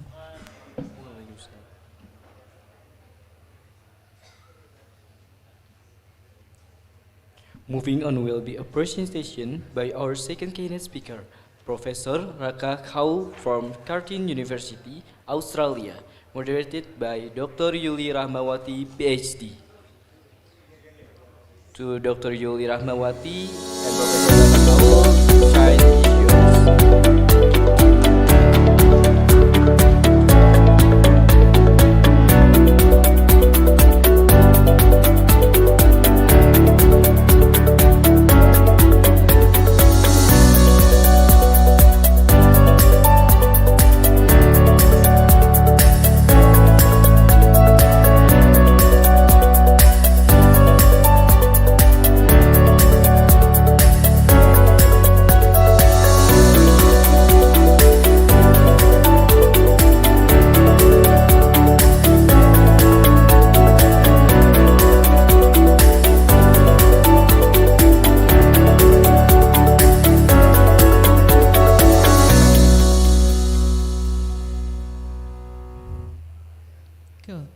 very much for the opportunity. Good morning, everyone. Welcome to the second keynote speaker. My name is Yuli Rahmawati. I'm honored to be your moderator today. First, I would like to thank for the SMIC organizer to invite one of the keynote speakers to share the knowledge and also the insightful. As our conference topic on the sustainable future, for our keynote address to be the STEM education for all, are we accepted the challenge? So that's the title of our keynote speaker today. So I'm excited to introduce our distinguished keynote speaker, Professor Reka Cole. Actually, she is my co-supervisor during my PhD study. So happy to meet her today. And then we already saw the video of the curriculum vitae of Professor Reka Cole. So everyone, for the Dean of the West BKS that mentioned, he is the deputy head of the discipline lead at SMIC Research Group in School of Education at Curtin University. It's like the vice dean of the regarding the collaboration. And then Reka has been working in STEM, design thinking, on also learning environment, and she already published so many article journals and also the books and also the grants. And I think before we continue for engaging the dynamic discussion, I will share the time arrangement for this presentation. It will be 30 minutes for the presentation and another 15 minutes for the question and answer. So without further ado, I would like to give the opportunity to Prof. Reka Cole to share the knowledge to us regarding the STEM education. Thank you.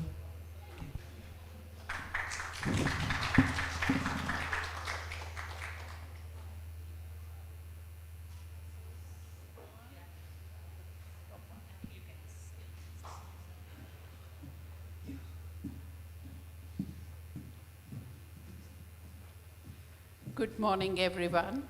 Salamat pagi, and I hope it's still the morning. Thank you, everyone, for pampering me and giving me a chance to talk in this conference. I'm not going to take names because practically I'll finish my half an hour there because I feel so much humbled and respected and loved by all of you here. So thank you, UNJ.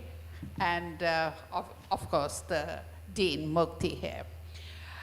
Before we start here today, coming from STEM education, you would have already heard these terms that we should be giving STEM education to everyone. And that's very important for world sustainability. If we are talking about sustainability, do we need education for all, and that too in STEM? By saying that, I'm not saying that everyone, 100% of our future population, has to be scientists, but they do need STEM education for a sustainable living for the future. Before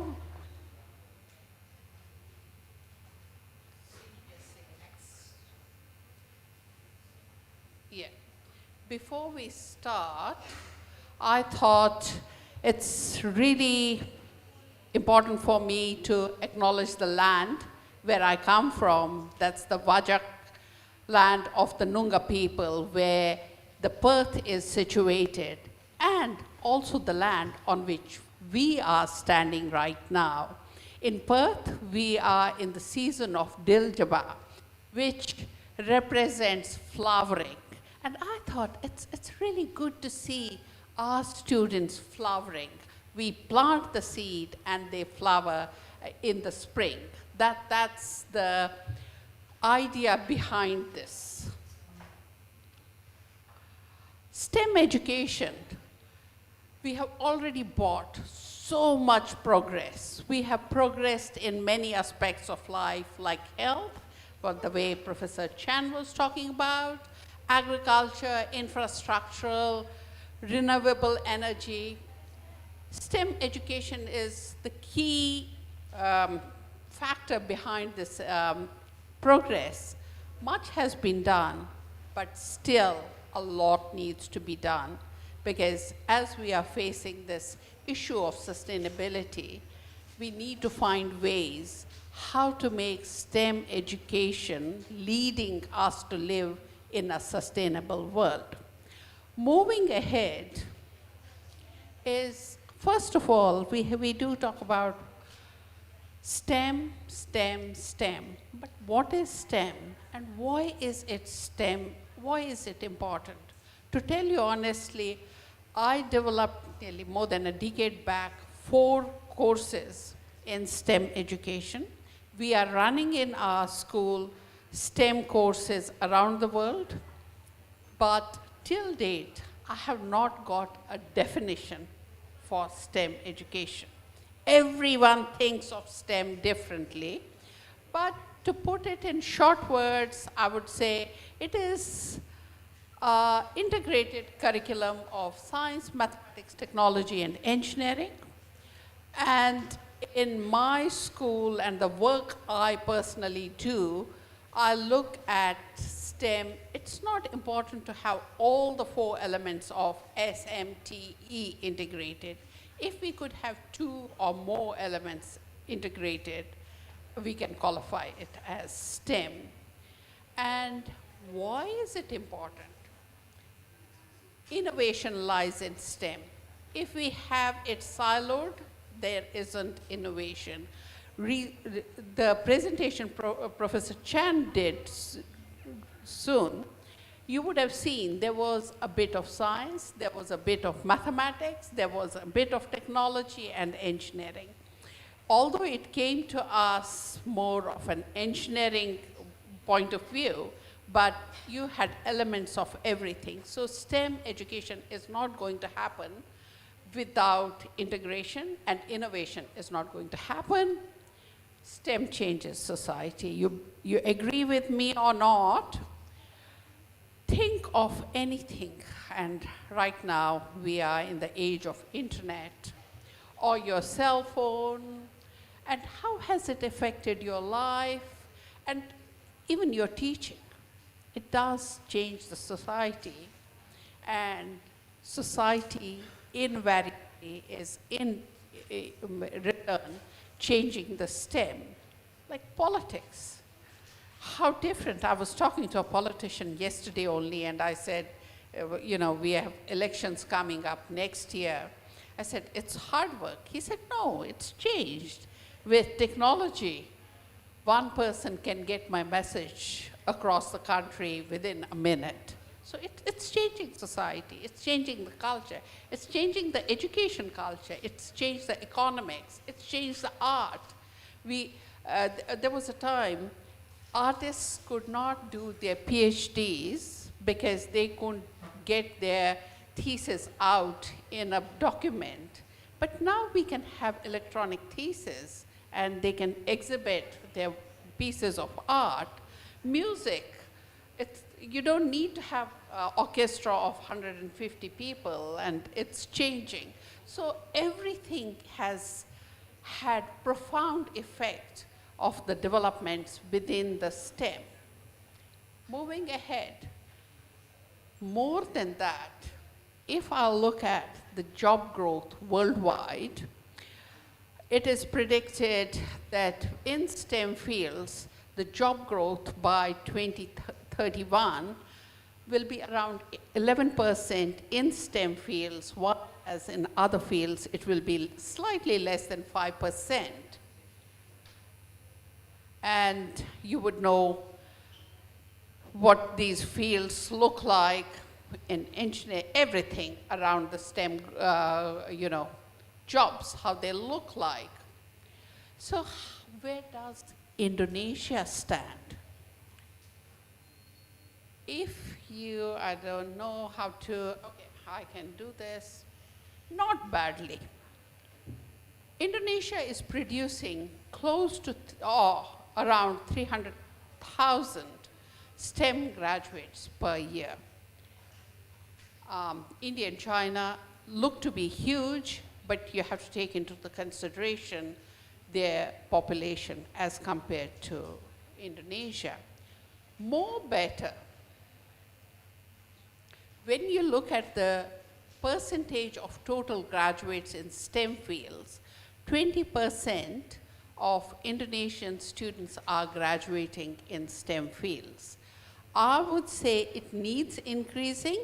China is 40% or 41% of Chinese students are graduating into STEM fields. So possibly I would say Indonesia needs to encourage more of their students. It's not the STEM, it's the skills these students will need for a better living. So what do? If we have to look forward, we have to look backwards as well. What have we done? Because my present is based on my past. I cannot undo my past. So whatever we do talk about changing educational scenarios, but we have to, coming from learning environment areas, and Yuli will bear me out, I always say in learning environment, it's system maintenance and system change. Maintain what you have good and change only what is required. So same is here with our education. If we have to change something, we have to look first backwards, what has happened and what we need to change. Learning in the past would have been either a classroom or a book, and we still do it. In most universities, in most schools, this is what a classroom looks like. It could be a smaller, larger, whatever. And book still is the main source of knowledge through which we continue. We didn't have internet then. We didn't have mobile devices or, all the technology we have currently. So we have added few things, and it has become, it's given now that you will use these devices in your education. So that's the challenge for us, what we need to do further. Internet has really transformed the way we learn, the way we run the world. World wouldn't have survived COVID, not from the health point of view, from the educational point of view, if we didn't have internet. Students would have come to stand still in absence of the internet. So it has really revived, it has changed the way we look at education or delivering education, and I expect, say, nearly 100 people right now will be watching it online, those who couldn't come here personally. So, if I look at the life cycle of a child or a human, I think I had some, no, sorry, how do I go back? Yeah. First 0 to 5 years could be early childhood, 20 to 25 is learning, and then they are working. But keeping in view 25 till whenever they are working, when I started working at 25, the skills I had, do I have still the same skills to lead my job? No. I couldn't have survived on writing on a notebook or whatever I was doing at that time. So our next generation needs to upskill as they go. So we need to develop or prepare them for life as lifelong learners. So that's what has changed drastically in last 20 years. And old knowledge, which was a currency, people will get a diploma, get a certificate, this is to certify this person has done Master of Education, and they were good to teach for rest of their life. But that's not true today. Today, I just pulled down a few of the courses from one of the Australian universities where the courses are around cloud practitioner, agile ways of working or building cultural intelligence, sort of. And the skills that have become global currency in 21st century. That's what we have to give to our students.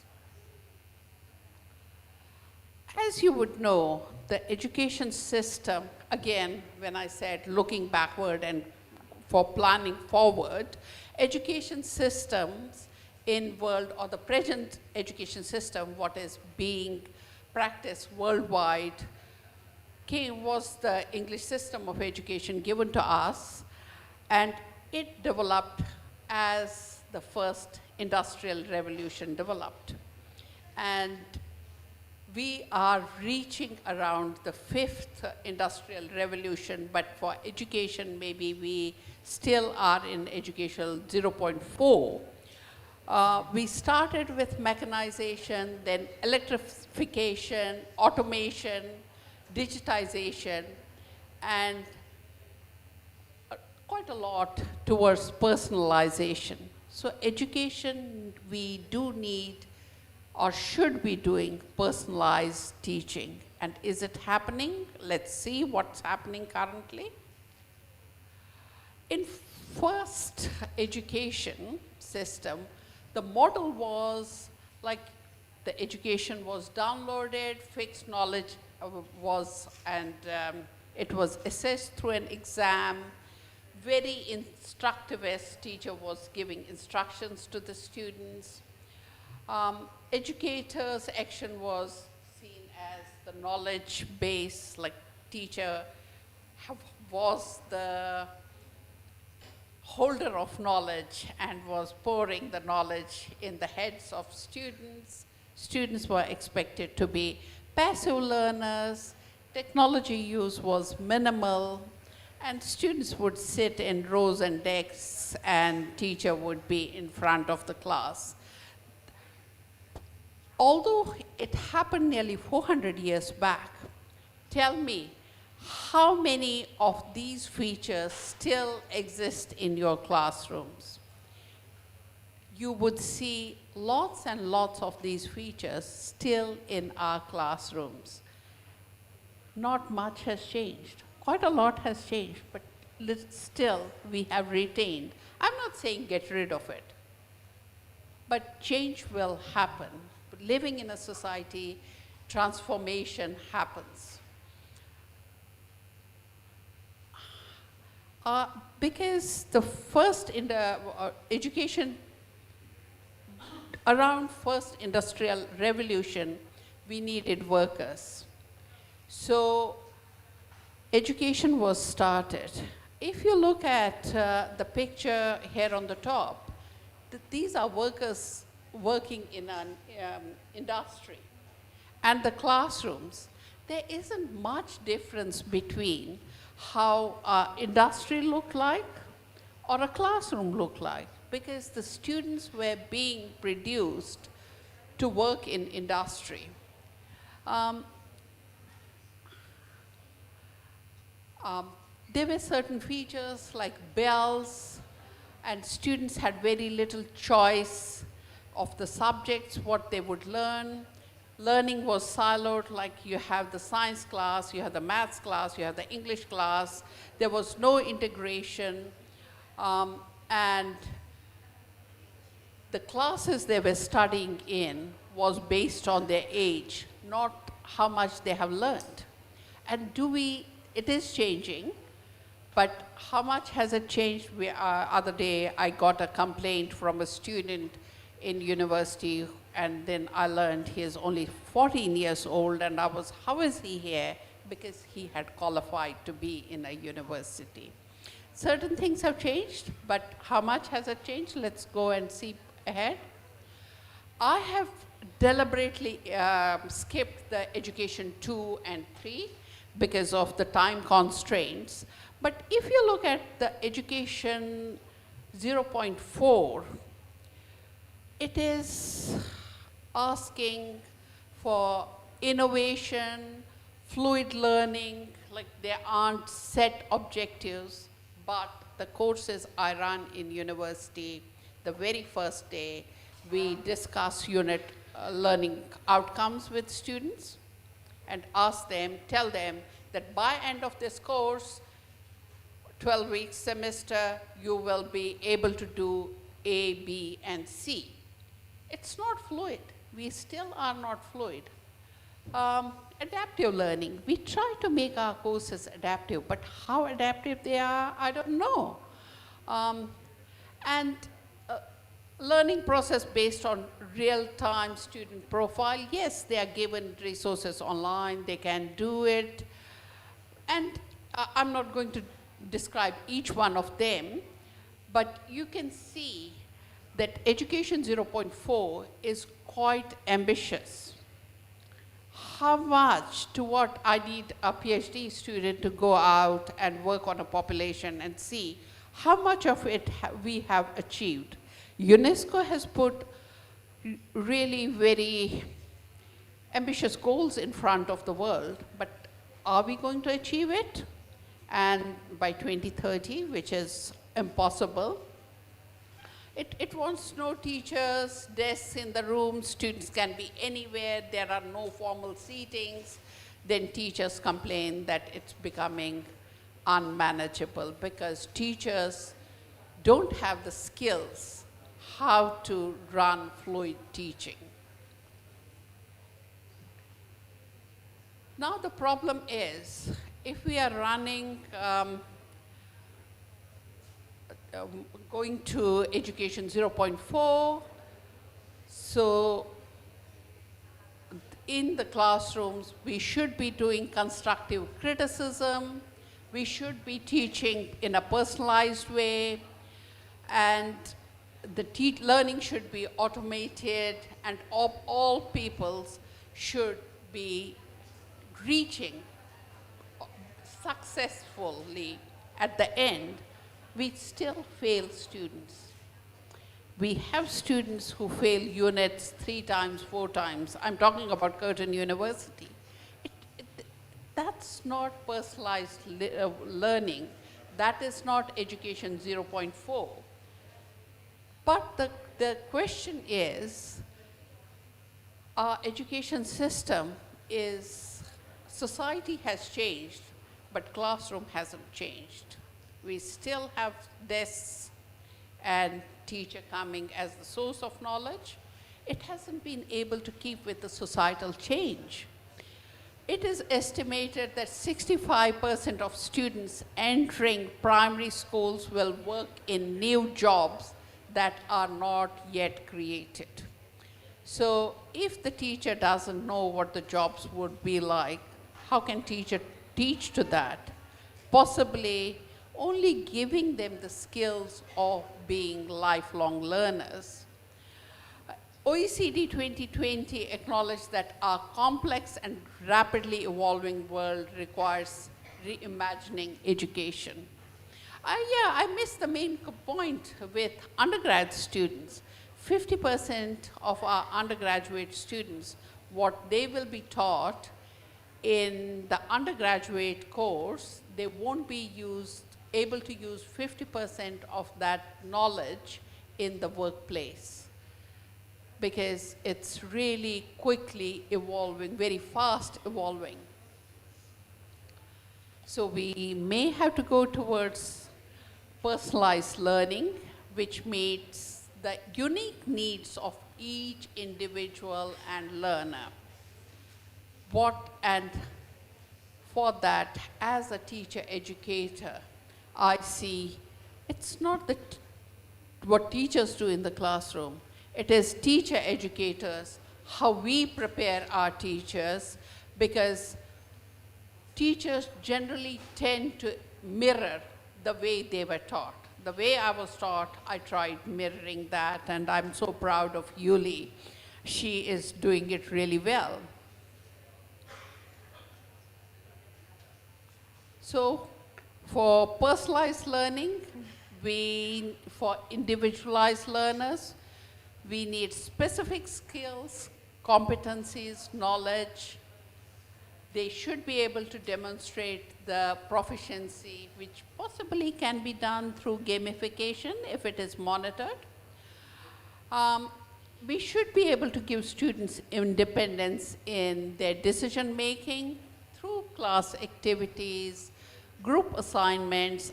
Many parents come to me, in your university you give group assignments to the children and my child does all the work.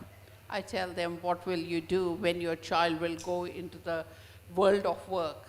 They can't work in isolation, they have to work with others. So we have to give that to students. And personalized feedback like mini projects or case studies. If we can do this, it will lead a step ahead. I'm not sure saying that it will be the perfect education system. And whatever I'm speaking today is based on my years and decades of experience. And through this, they will develop the skills or the transversal competencies of collaboration, communication, critical thinking, and creativity. These are the skills we have to develop in our students. Knowledge they can get from anywhere, it is available, but if they are critical thinkers, they can communicate their ideas, they can collaborate and be creative, you have set them up for life. But again, there is a problem. If we have to develop these, there is difficult. How do you measure them? Although I wrote a book about it and we have given skills to teachers how to measure these skills, but mainstream teachers still don't have these skills. It will develop with time. And what UN says, they said, if we follow the problem-based learning or project-based learning, practice them in the classrooms, students will automatically develop these 4 skills.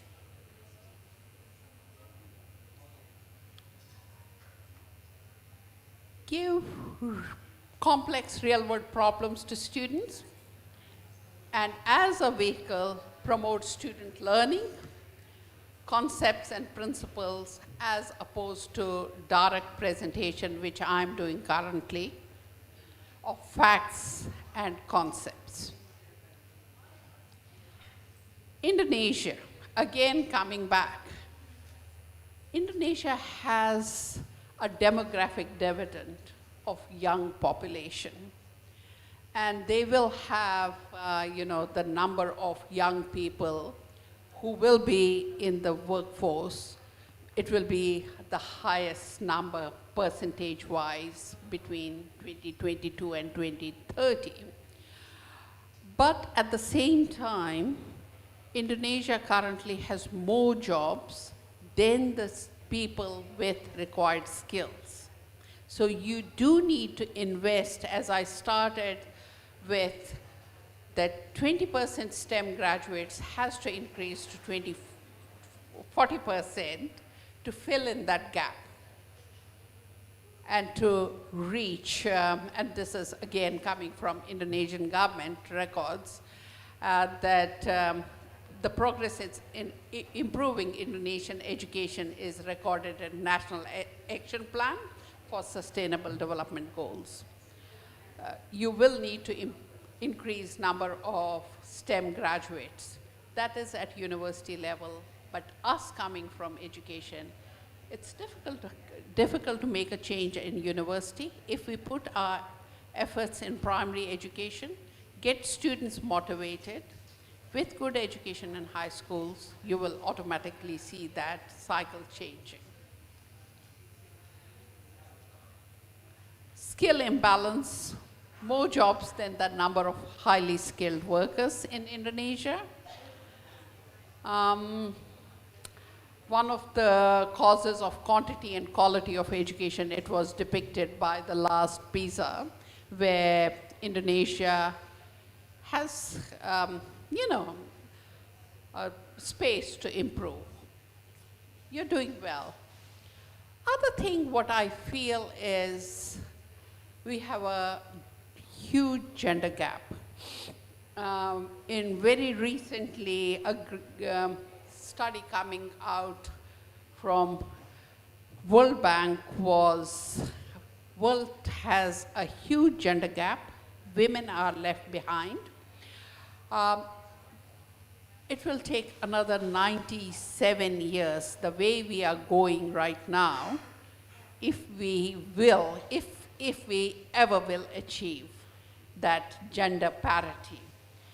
And it's not going to happen in my lifespan or any of you, that is for sure. But then I looked at Indonesia.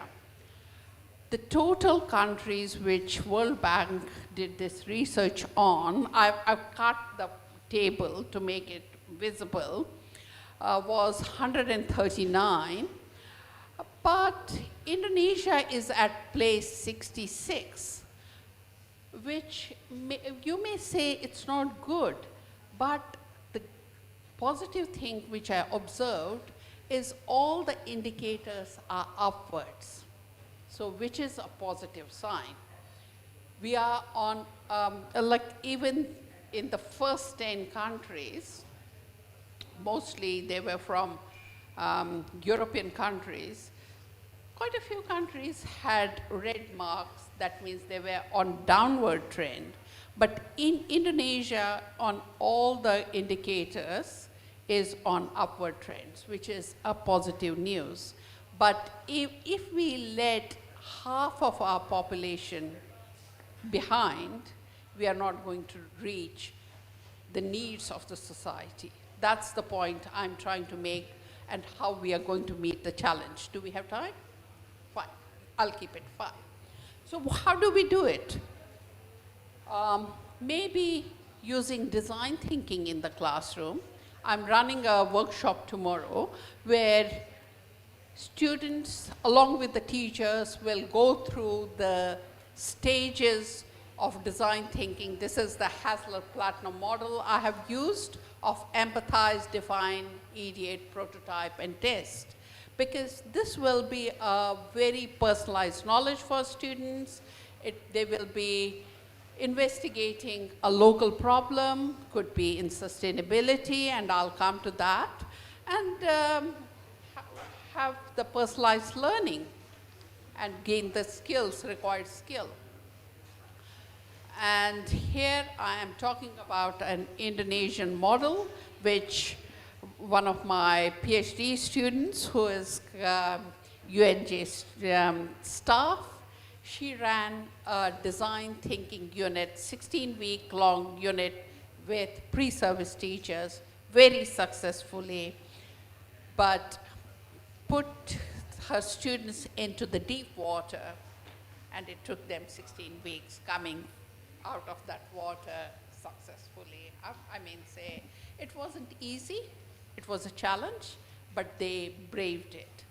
And it really gave them the skills, and all of them in assessment have said that they will use design thinking when they go to schools for teaching. I can't read this, but the next one, you have some happy students, and these are the on Padlet board student comments in Bahasa Indonesia. I can't make sense of it. It's for you to make sense of it. Other model could be makerspace, where you give students chance to make. Again, I ran this project few years back in Indonesia, and we had few happy students. So what did we do there? Okay, I'll skip this, what you do in makerspace because of the time, is give people something to do, not something to learn. And doing is of such a nature as to demand thinking, learning naturally results. Both things in design thinking as well as in makerspace, we are making students to do things, make their hands dirty, and learn through that. So capturing learning, what do we want students to learn, and how can we capture this learning? Again, World Economic Forum refers to the skills, what I have been talking about. set of abilities, skills, attitudes, and values as described in Education 4.0.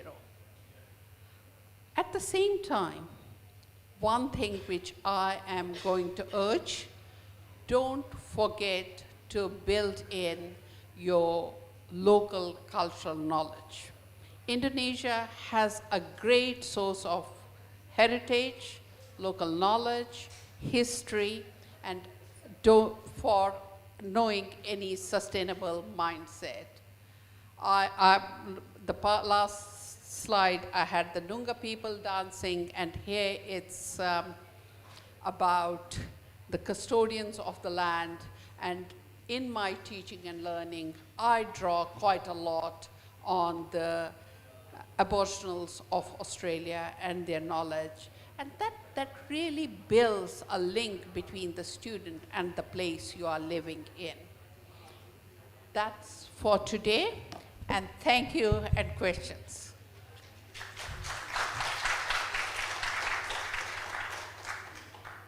Yes, thank you, Reka. Yes, thank you, Reka, for the insightful. So probably like in UNJ, we have the STEM course. So it will be one semester and you have to warming up like 30 minutes. So it's really challenging. So Reka has been mentioned about the STEM education framework, and also probably some of you already understand that in Indonesia, the students' motivation on joining the science course is decreasing and all over the world.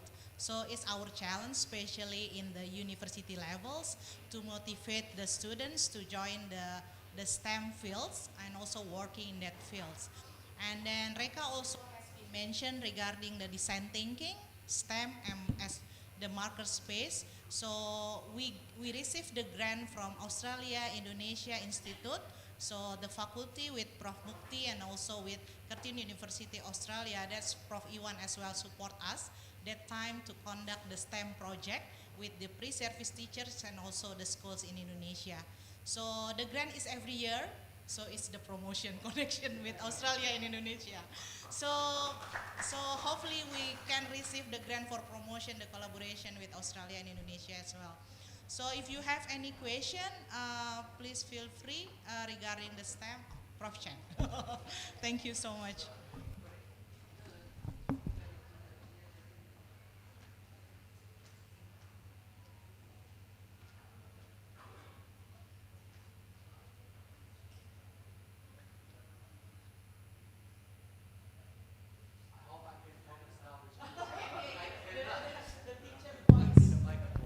Okay, sorry about the trouble.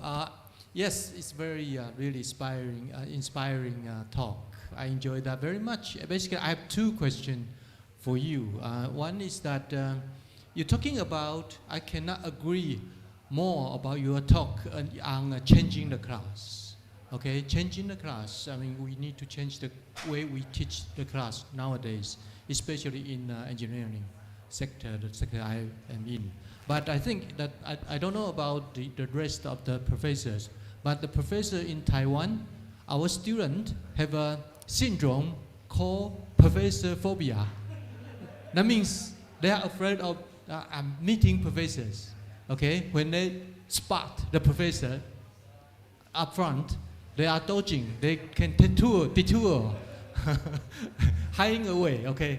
So I think as an educator, you must have some solution for it. Maybe you can give me some advice what a professor can do to have a close relationship with students. I think we need to have a certain kind of relationship before we can actually changing the class. And the second question I have is that I think in the point you're talking about individual learning, okay? And the thing I'm thinking is because for the current class right now, we do have a big class, and it's really difficult to make contact with individual students in the class. I think that will kind of spend quite some time for that professor in the class. So do you have any other thinking about this? That's my question. Thank you. Thank you, Professor Chan, for two very interesting questions. And it's not only your question. I think this will be a question of most teachers around the world. First is the distance between the teacher and the taught. How do we bridge it? It's very difficult to break the culture of which has been made over not only years, I would say centuries, where teacher is not one of us.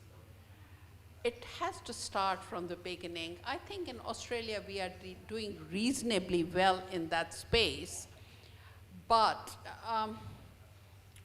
maybe have some projects. I'm publishing a book on student as partners, where we are giving them the authorship of the projects we have done, because those projects wouldn't have been possible without students' participation. So giving them the ownership of writing, and they don't, but under your guidance, bridge that gap. And it can't start in university. If I come across, I'm the professor and I'm the custodian of the knowledge, that distance will be developed. But, you know, even as deputy head of school, lunchtime, I'll come out and sit with everyone and talk about mundane things, a recipe. It can be even, well, I don't wear jewelry, but I can even speak about that, so that that distance is minimized. Why can't we do it with our students?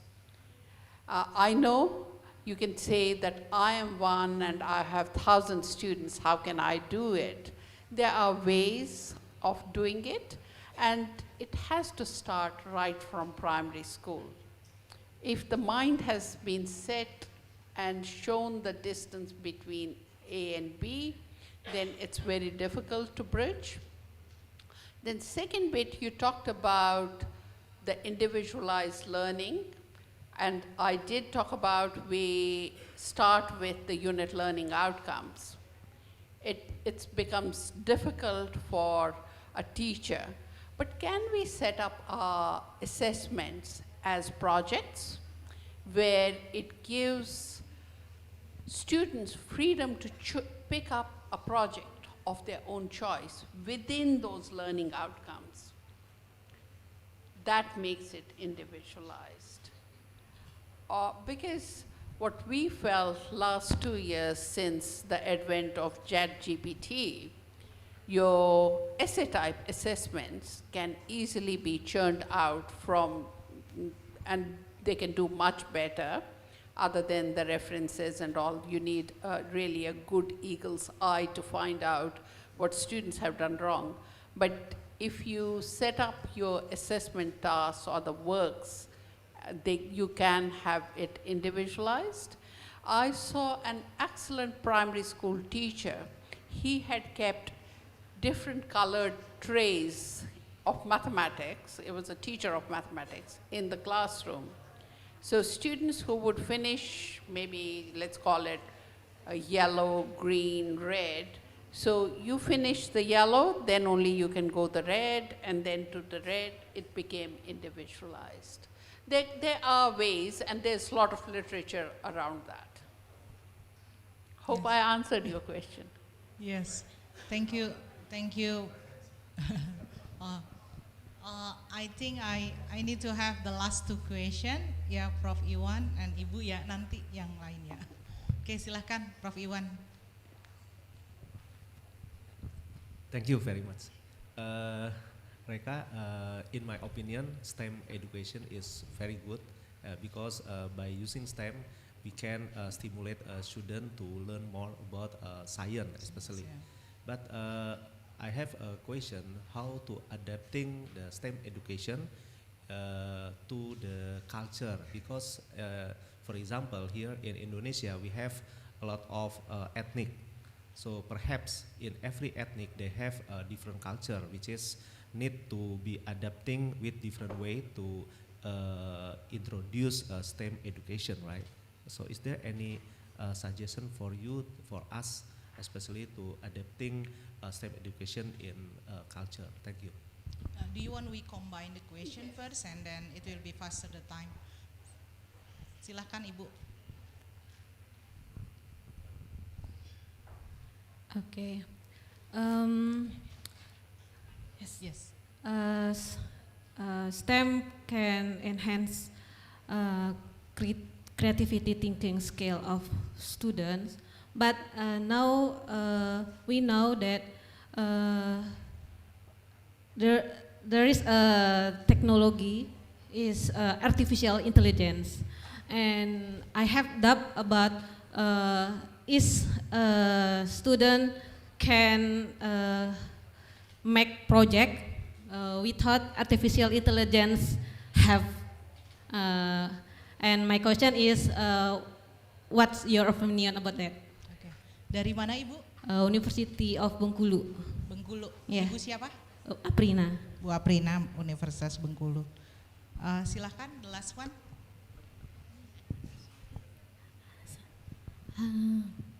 Hello, mereka. Can you see me? You can stand up. Okay. No, I can hear you. Okay. Thank you for this opportunity. My name is Arsi. I come from University Siliwangi, postgraduate student. Okay. My question is I'm a mathematics teacher. How can mathematics be integrated with STEM subject like the others subject like science and engineering? How can be mathematics integrated with STEM? And the second question is, what is the effective teaching method for develop mathematical problem solving skill with STEM? Thank you. Okay, you got the question? Yes, I will okay. try. Yeah, I will remind. The first question is culture. I think the teacher has to do a little bit of hard work. If teacher comes from the same culture, that teacher will be aware of the local issues, local problems, and can select from that. Otherwise, teacher will have to investigate something. What are the local practices, whether they are good, what can be, again, I'm going to system maintenance and system change, what needs maintaining, what needs changing. And teachers' knowledge base is very important for making a change. And you can't expect, like if you look at your leader of your university or leader of your country, if your president doesn't know what are the issues in Indonesia, he cannot develop Indonesia. Same is in the classroom. If teacher doesn't know what are the problems around, students will not have growth. So teacher has to be informed, has to do the research, and come informed in the classroom. That's my take on your, like I moved into Australia from a different country, but I invested a lot of time in learning the local thing. I do put in indigenous knowledge in my classroom. I try to learn the Noongar language or even propagating it in, within the larger scale. That's very important. Coming to your question was AI. The problem is AI has come and it is going to stay and it is going to improve. The work AI could do in early 2023, it has improved since then, and it will improve. So as teachers, we won't have control over it. So instead of seeing it as a threat, we have to look at it as an opportunity and use it as a source of education. How we do it, it will depend on the course we are teaching our students. And again, I'm again coming to my same statement, give them projects, project-based, problem-based learning, where they will have to use AI as a source of knowledge, not as a source of replicating something and submitting it for assessment. The last question was mathematics, how to use STEM, doing mathematics. Again, as I started with, like, I still don't have a given definition of STEM. I personally feel that the best integrated STEM we can run is in primary schools, or even the early high schools, which is up to year 9. After that, the education model we are following right now is very much siloed. But tell me any engineering problem which doesn't have mathematics in it. Mathematics is the music of all sciences and engineering and technology. So whatever you do, you will have mathematics and mathematical calculations in that. And without that, no scientific endeavor is successful. Or it's doable, I would say. So it is the blood of any science. So I see it there. Was that your question? Yes. Thank you. Thank you so much. So probably if you would like to read our article on the marker space, there is the mathematics, how to integrate it with the STEM as well. Yeah. Okay. Thank you very much, Reka, for the insightful keynote. And then for the token appreciation, I would like to give opportunity for the Master of Ceremony to deliver the next. Thank you very much for moderated by Professor Yuli, and thank you very much for Professor Raka for being keynote speaker second. And I invite Professor Dede Juhana, MSc PhD, to give awards to today's second keynote speaker. To Professor Dede Juhana, the time is yours.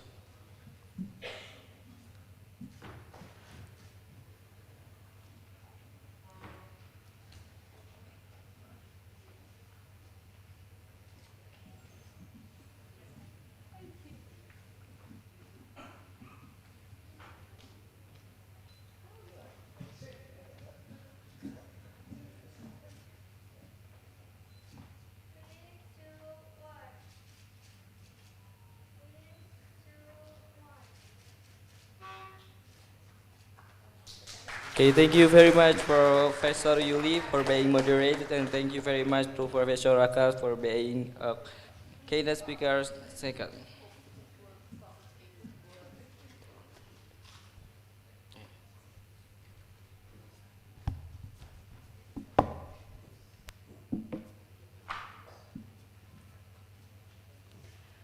Ladies and gentlemen, before we move on to our final keynote session for today, we humbly ask for all of our guests and participants to please follow the Instagram account at Pertamina,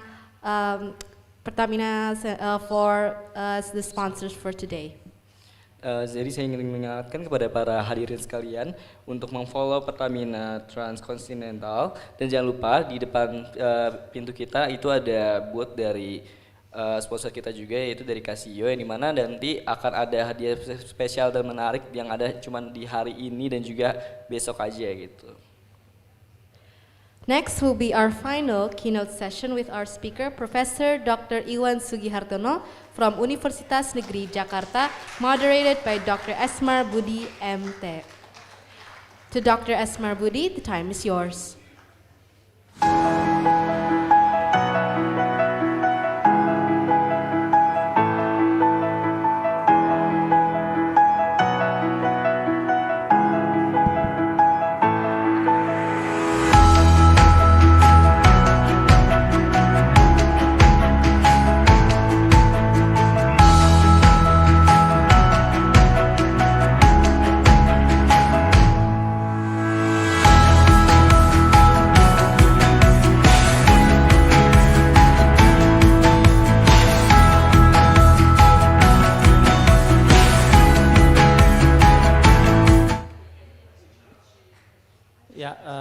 Thank you very much to NC. So, Bismillahirrahmanirrahim. Assalamualaikum warahmatullahi wabarakatuh. Good afternoon to all participants.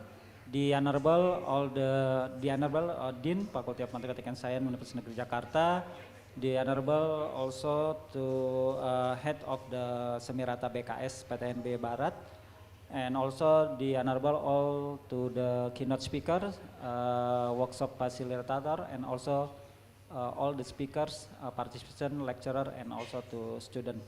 So now we are going continue with the last session for the plenary session. So now we will hear the talk from the Professor Dr. Iwan Sugihartono as the lecturer, as the researcher, and also as the head of the research and also community service of Universitas Negeri Jakarta. So before we start, I would like to deliver briefly curriculum vitae of the Professor Dr. Iwan Sugihartono. He is born in Purworejo, October 10th, 1979, and education curriculum, Prof. Iwan awarded as a bachelor degree and also master degree from the Universitas Indonesia, and also in 2005 Prof. Iwan also followed the diploma program in theoretical physics in Italy ICTP, yeah, for 1 year, and then back again to Indonesia and complete his doctoral degree in 2014. So research interest Prof. Iwan about the semiconductor material and their synthesis properties and its application.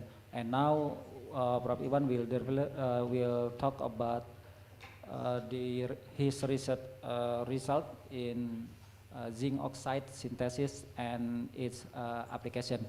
So we have about 30 minutes for the for the presentation, and then 15 minutes for the answer and question. So to Prof. Iwan, time is yours. Okay, thank you very much, Pak Esmar. Good morning or good afternoon, Pak Esmar. Good morning, yeah, maybe. Okay, greeting for all. First of all, I will introduce again myself. Yeah, my name Iwan Sugihartono. I'm from program studi Fisika FMIPA Universitas Negeri Jakarta, and also now I'm being head of Research Institute and Community Services. And in this institute, I have responsibility to conduct all the faculty doing research and got a grant for research and community services implementation in Universitas Negeri Jakarta.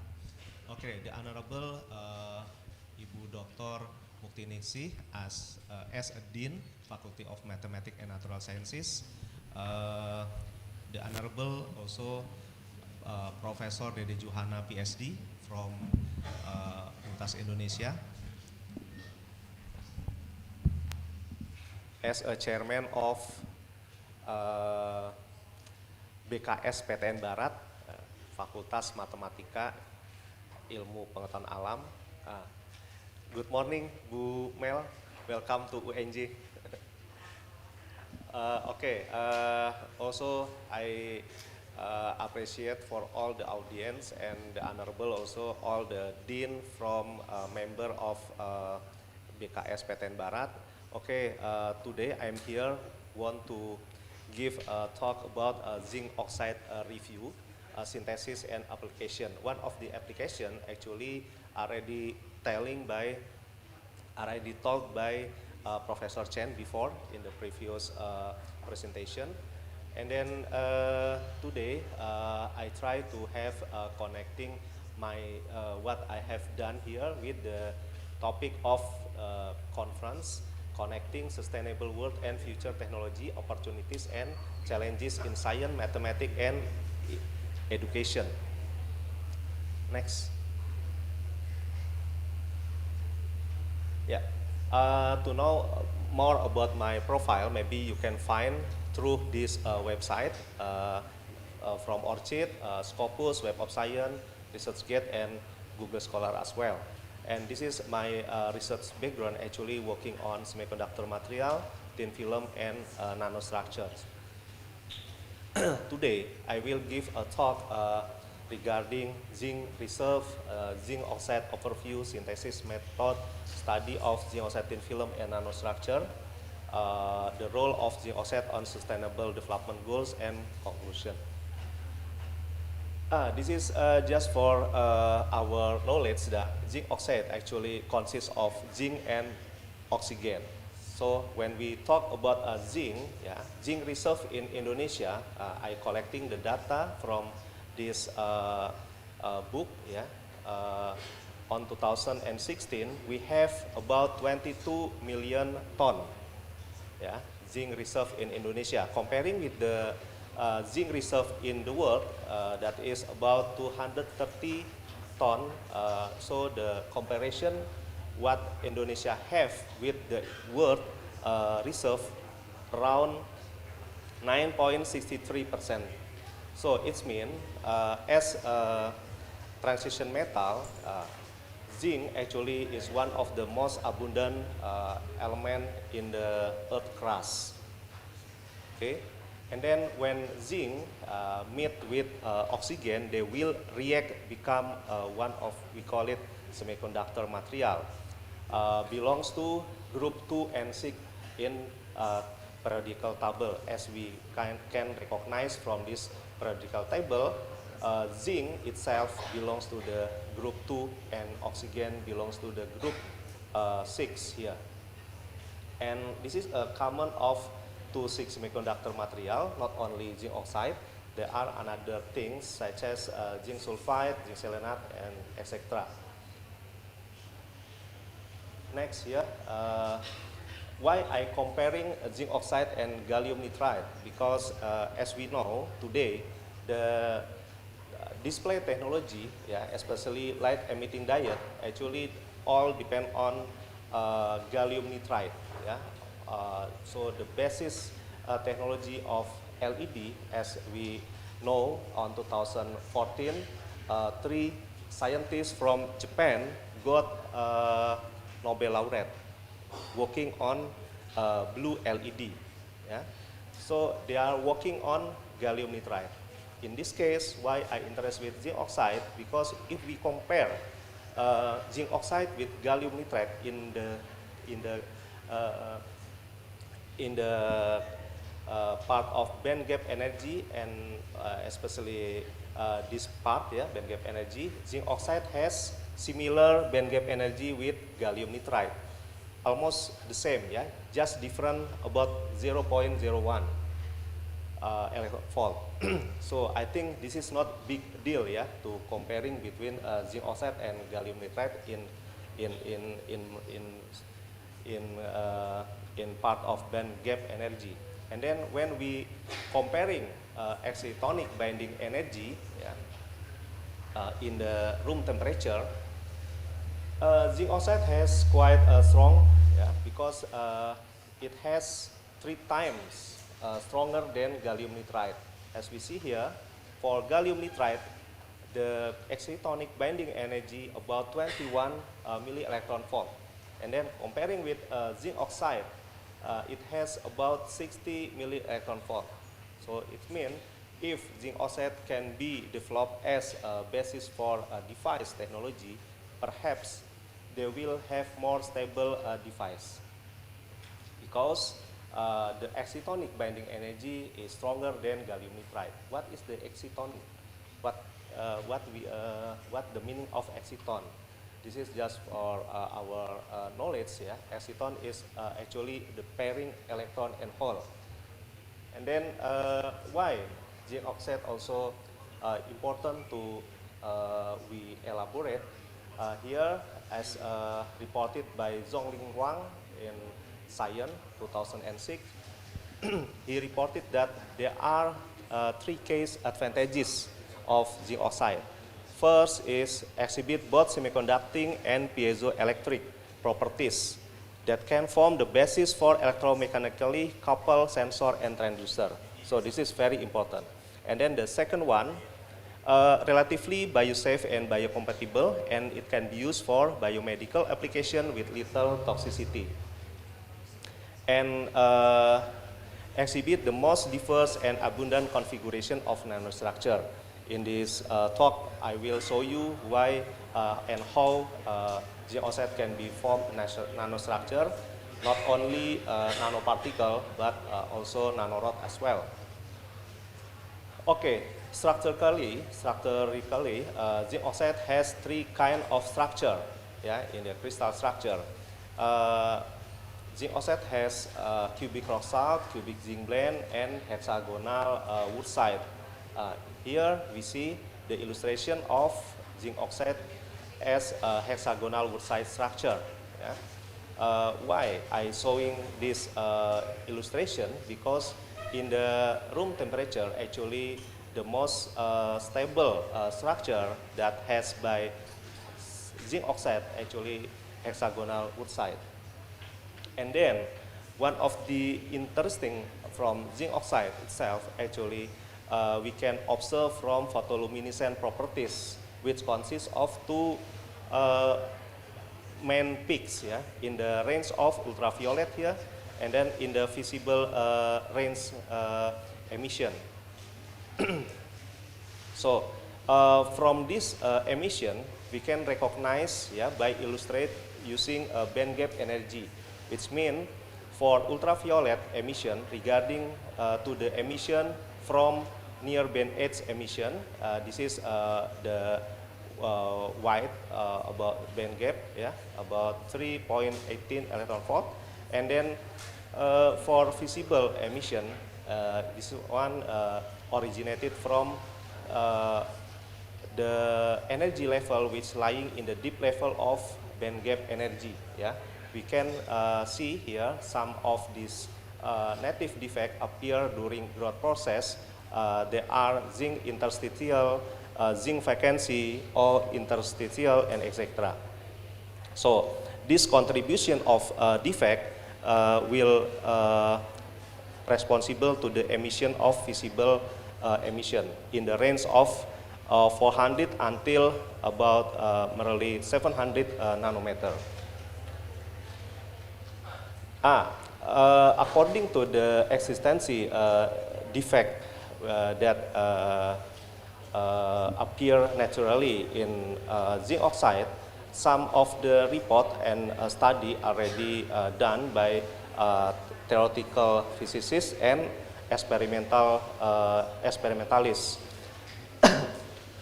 Here, one of the theoretical physicists confirmed that native defect in hydrogen is actually the common impurities that appear in zinc oxide. And then on 2000 also by Cohan theoretically believe and support the information which noticed by Van de Waal. Both oxygen vacancy and zinc interstitial also have high formation energy in zinc oxide. And then experimentally, if I'm not false, yeah, this look here also showing that oxygen vacancy and zinc interstitial both are deep donor for zinc oxide. And then M-Fan, XM-Fan reported their elaboration, their study. Yeah, SM-Fan also trying to make some comparison using a simulation and experimental way. Yeah, and then they found that not only actually oxygen vacancy and zinc interstitial exists in zinc oxide. Yeah, the another kind of defect also happen and exists in the zinc oxide, such as zinc interstitial, oxygen interstitial, anti-side oxygen, and etc. So these things all defect actually responsible with the kind of zinc oxide as an N-type semiconductor. So here, because zinc oxide naturally is N-type semiconductor, all these defect is make zinc oxide is very hard to build as a P-type semiconductor. So that's why here I mentioned that bottleneck to produce PN homojunction. So if we successfully realize P-type zinc oxide, it will be very good for us because we can create very high efficient device. And then here also I inform you that zinc oxide actually can be grown in another substrate. Yeah, I show you here. There are kind of substrate. Gallium nitride. Gallium nitride has a crystal structure same with zinc oxide, hexagonal. And then silicon. We see the crystal structure is different. Silicon has a cubical crystal structure, and from this different subset, the consequence is there are some lattice different, yeah, and then we can recognize from the lattice mismatch percentage. That here we see silicon because silicon has different crystal structure, so of course the lattice mismatch has the higher percentage, yeah. And then what the effect if we see from the optical properties of zinc oxide. Here the different substrate relate with the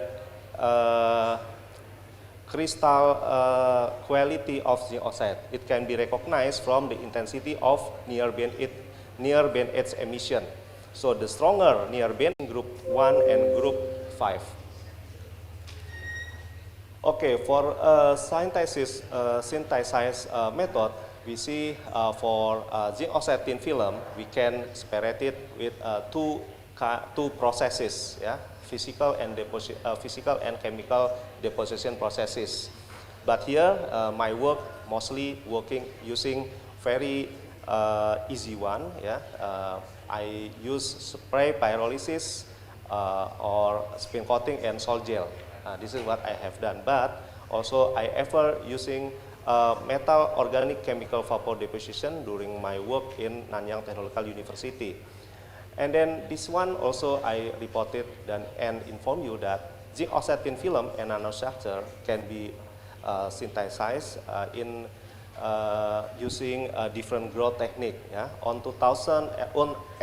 In 1999, my professor reported that he successfully deposit zinc oxide thin film using pulse laser deposition, and Nakahara et al. On 2002 successfully deposit zinc oxide thin film using molecular beam epitaxy.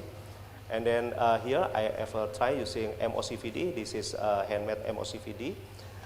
We successfully growth zinc oxide nanorod, and the nanorod change to zinc oxide tube with some parameter. I will tell you what kind of the parameter that influence the changing of form from rod to tube and other things. Okay. Okay, this is my picture when I was young. Now getting old and older. Okay. This one kind of characterization tool. Starting here, we can see scanning electron microscopy, XRD, X-ray photoelectron spectroscopy, TM, and this one photoluminescent laboratory or photoluminescent measurement. Yeah. Okay, but we cannot find here in UNJ. Perhaps in the future we will have. Okay. I will tell you and I will share about my experience, yeah, during my research. This is a study of zinc oxide thin film and nanostructures. This is what I ever done, deposit zinc oxide thin film. We can recognize zinc oxide thin film deposit on top the substrate. At the time I deposit zinc oxide thin film on top of silicon. And then we can recognize after deposition, then we will see shining and rainbow looks like color here due to the different thickness of zinc oxide thin film. And then morphologically can be observed using atomic force microscope. And here at the time I try deposit two kind of zinc oxide with different concentration. In the first concentration, I use 0.02 mole, and then the second one 0.03 mole. That one concentration means the different concentration of zinc precursor. And then we see for 0.02 mole, the roughness about 36.5, and then the roughness for 0.03 mole about 24.7. And then we can recognize also the defect actually still dominant that can be seen from visible emission here. Okay, this is the evolution of zinc oxide nanorod to zinc oxide tube. This one I published on vacuum on 2018. Yeah, this basic idea why I doing this research is when I read paper from BP Zhang et al. In Applied Physics Letter 2004. At that time, they found that only two parameters can influence the evolution from rod to tube. Then I try to elaborate, and I'm sure that not only growth temperature and reactor pressure will influence the changing or evolution of zinc oxide nanorod to zinc oxide tube. And then after my work at the time, I found that the ratio between zinc and oxygen also influence the evolution from rod to tube. Why I don't write nanotube here? Because if we see the dimension is quite larger than rod itself. So mean that when I growing this nanorod by changing the composition zinc and oxygen, there is some increasing of the dimension of rod, and then after some time they will become tube. And then interestingly also we found from the diffraction pattern here, the diffraction pattern we found the crystal structure is belong to the single crystal, because all this in the C direction 002 and then 004, etc. And also from photoluminescence we can suppress the defect which happen during growth process, and then we see from the near band edge emission is quite strong comparing with the visible emission. Yeah, so we can recognize this ratio from the ratio between ultraviolet and green band emission. Okay, the next is zinc oxide nanostructure dependence on metal doped ion. This ion, I use two kind of ion. I have used for codopan, aluminum, and copper. Yeah, with different concentration. And then by using these metal ions, yeah, we can found that there is some changing form of the nanostructure also. Yeah, so my conclusion is that copper as a dopant suppress the preferential growth of aluminum co-doped zinc oxide nanostructure along C axis. So that's why the growth go to the B side. Yeah. And then morphologically, the aluminum and copper co-doped zinc oxide nanostructure change to square nanodisc. I suppose this kind of nanostructure nanodisc, yeah, because I cannot see actually from the B side. And then the small size of aluminum with an ion radius of 0.053 nanometer is believed can substitute zinc easily and improve the crystallinity of zinc oxide. So that's why here we can see actually the pattern or XRD pattern still already observed. Yeah. Okay, now the influence of cobalt. I also doing research on zinc oxide nano particles, and then we can see the zinc oxide nanoparticle. Yeah, we can recognize from the SRD pattern, and then even though the agglomeration is still strong, but optically there is some interesting happen here. As I mentioned before in the previous slide, the zinc oxide actually has two main peaks, yeah, from near band edge emission and green band emission. But in this case, we only found one peak from photoluminescent spectrum. So, by using cobalt dopant, the distribution of the defect inside in zinc oxide structure collecting near the near band edge emission. Yeah? That's why this one looks like only one peak. Yeah. Okay, now I try the connectivity about my research in Sustainable Development Goals, VVC. Yeah? This is actually maybe Prof. Chen already explained in the previous talk, yeah, about photocatalysis. So here zinc oxide based photocatalyst. Zinc oxide also can be used as photocatalyst. And this one, if kind of dopant used for photocatalyst, we can separate it by three kind of dopant. First, anionic dopant, cationic dopant, and this one if we use a dopant from rare earth element.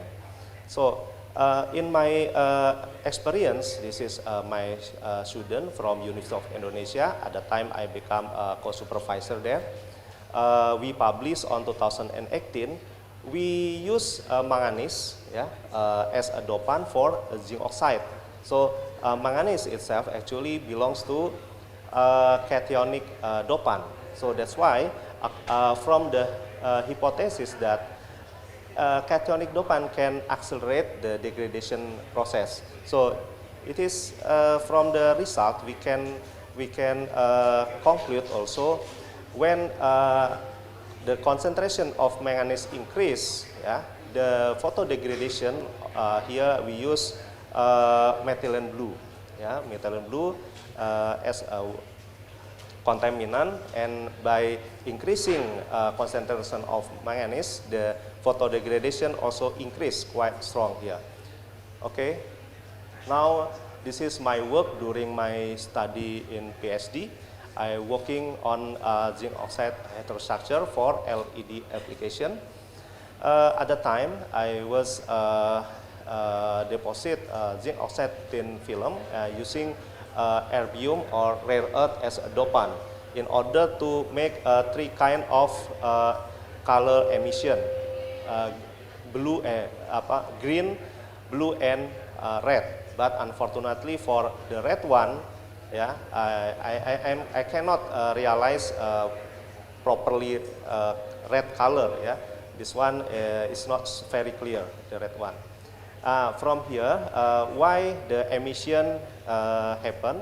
Yeah, because when we give a different potential, it create very wide, very strong electric field.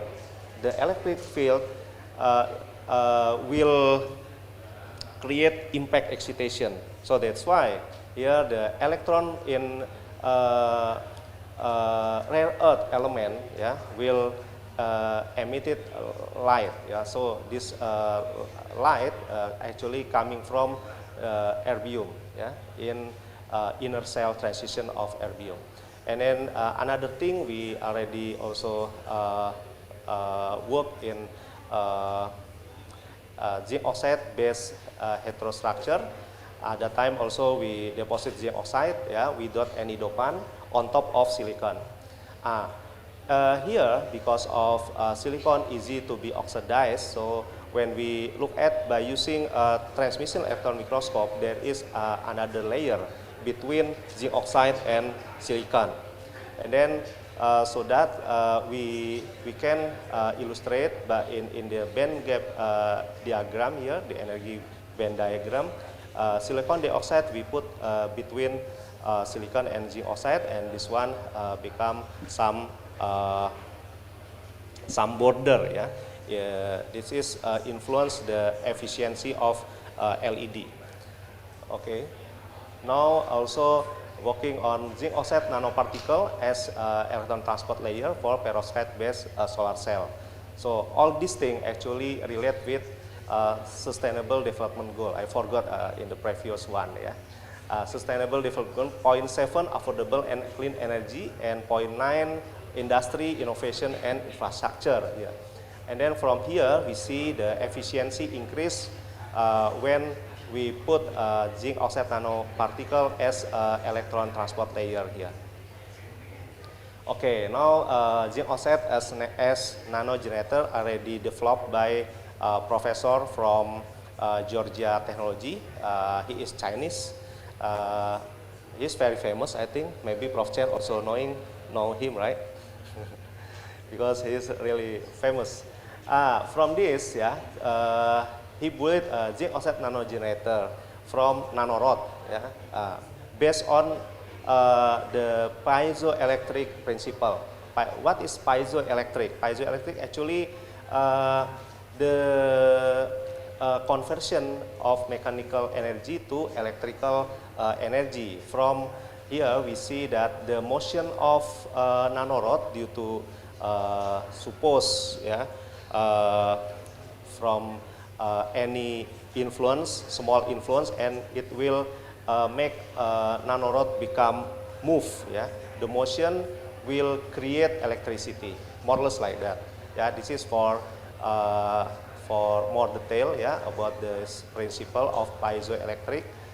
And then next is the antioxidant activity of zinc oxide nanoparticle synthesized by Moringa olivera. What is Moringa olivera? Moringa olivera actually we call it daun kelor. Yeah. So why I choose daun kelor or Moringa olivera? Because as I know, Moringa olivera quite often, yeah, be used by people to become alternative medicine, yeah, in daily life. So when I check it, from the literature, Moringa olivera is consists a lot of phenolic and flavonoid, yeah, or we call it secondary metabolite. And then I try, yeah, Moringa olivera extract to synthesize zinc oxide nanoparticle in order to have a bonding with zinc. Yeah. In this case, I use zinc nitrate hexahydride as zinc precursor, and then the zinc will bond with oxygen from hydroxyl molecule from Moringa olivera. And then here we got this information. Yeah, this is energy of the zinc oxide. We can observe from Fourier transform infrared. And then here is diffraction pattern. And then we got this information that the inhibition of the DPP8 when I using DPP8 assay, yeah, the concentration of Moringa olivera increase and the inhibition also increase. So it means the inhibition as a function, the concentration of of zinc oxide nanoparticle. Okay, this is the last of my presentation about conclusion. The conclusion is zinc oxide is emerging as key material with promising application in numerous sustainable technologies and future advancement.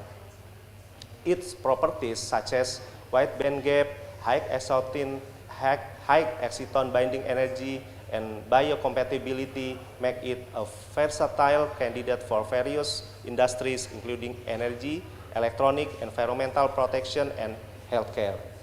And then the last one, in conclusion, zinc oxide stands at a forefront of material that can contribute to sustainable future, offering vast opportunities in energy, electronic, and environmental protection. However, addressing challenges related to scalability, material stability, and environmental impact will be crucial to unlocking its full potential in future technologies. Thank you very much.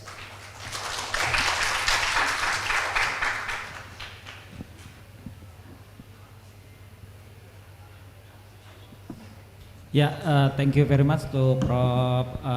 Iwan Sugarano. Please, once again, big applause for the. Ya, welcome. Selamat datang Ibu Melani. Selamat datang Pak Dadan. Baik, now we are going to the next session, question and answer. So due to the limitation of time, maybe I would like to give for the 3 question to the floor to ask the question. Prof. Iwan has presented the zinc oxide review on the zinc oxide synthesis and the application, and it is interesting since the challenge how to improve the efficiency of the device of the zinc oxide, and also the research also also include in as zinc oxide as the antioxidant. Yeah, please to the floor. I would like to invite 3 question. Yes, Prof. Chen. Yeah.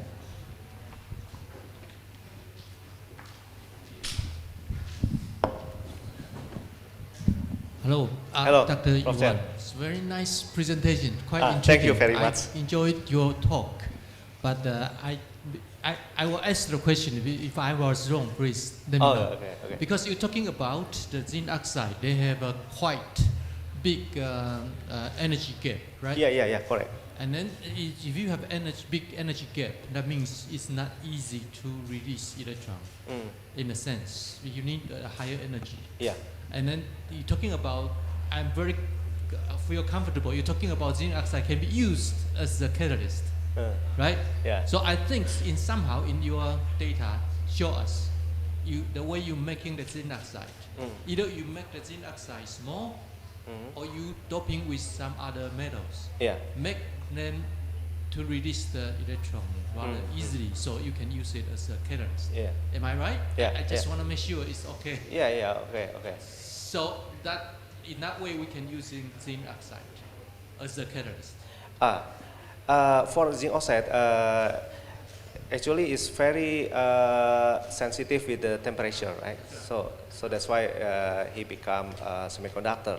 And then zinc oxide also has wide band gap energy, and then the recommendation of control the recommendation process of electron and hole. So that's why we put dopant there.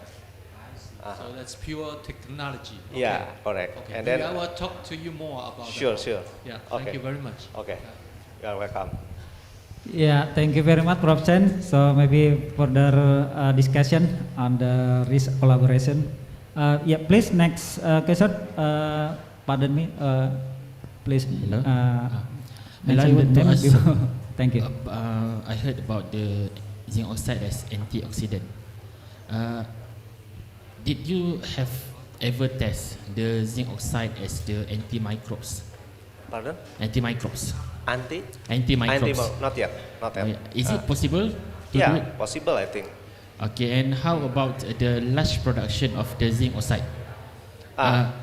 For mass production. For mass production, is it in the Indonesia or in your expertise?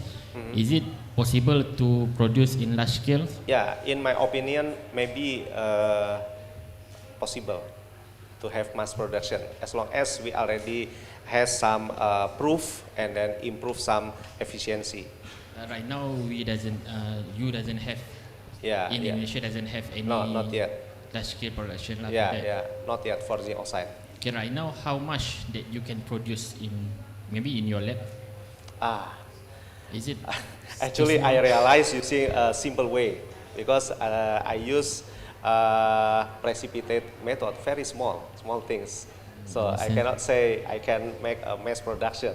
So I don't have any imagination for that. Yeah, because usually when we use this technology, something like this, the problem is when we want to apply to the industry, the mass production is too expensive to apply. Correct. So that's why I want to ask whether you have the technology. But it's okay, thank you. Okay. Good You're explanation. welcome.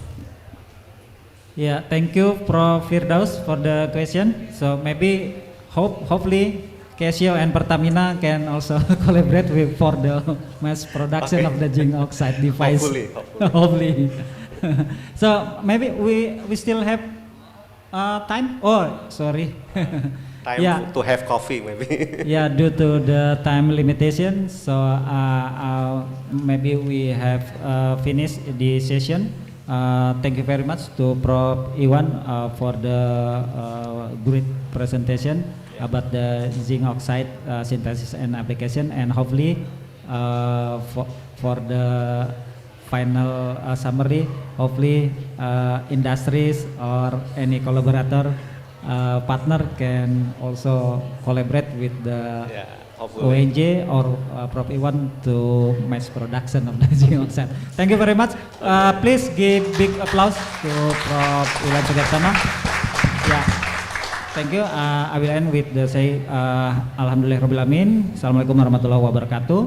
Yeah, and I will back to our Master of Ceremony. Thank you very much. Thank you very much to Professor Iwan Sugihartono and Dr. Esma Budi. Next, we cordially invite the chairman of this year's SMIC, Dr. Melia Sari, to present the token of appreciation.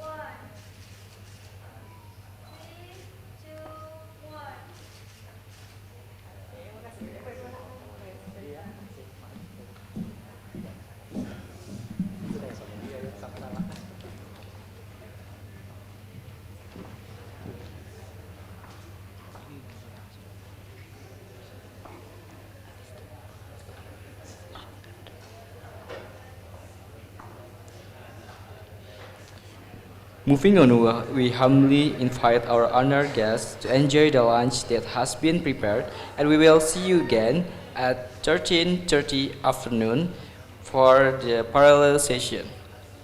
But before that, we humbly invite all of our guests and participants to join together for a documentation session together in Universitas Negeri Jakarta's plaza downstairs. Kami infokan kepada seluruh partisipan yang hadirin semua yang ada di sini, akan ada dokumentasi yang akan diadakan di Plaza UNJ.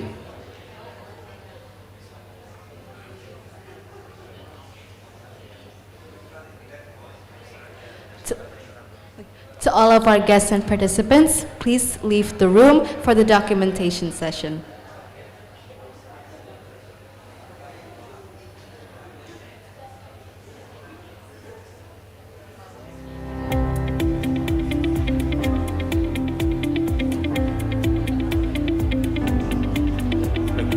Mohon perhatian kepada Bapak Ibu semuanya, kita akan melaksanakan foto bersama di Plaza UNJ di lantai 1. Terima kasih.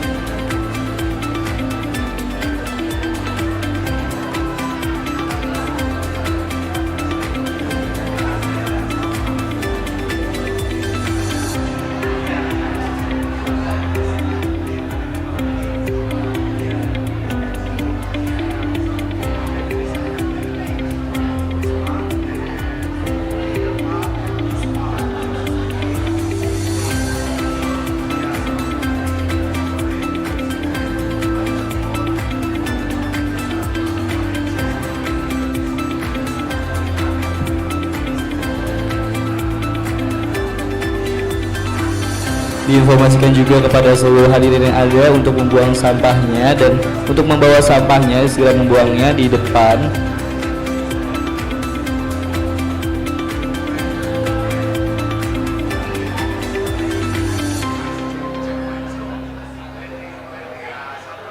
dan diperhatikan kembali supaya tidak ada barang yang tertinggal ataupun juga sampah yang tertinggal. Untuk lokasi plazanya berada di lantai 1.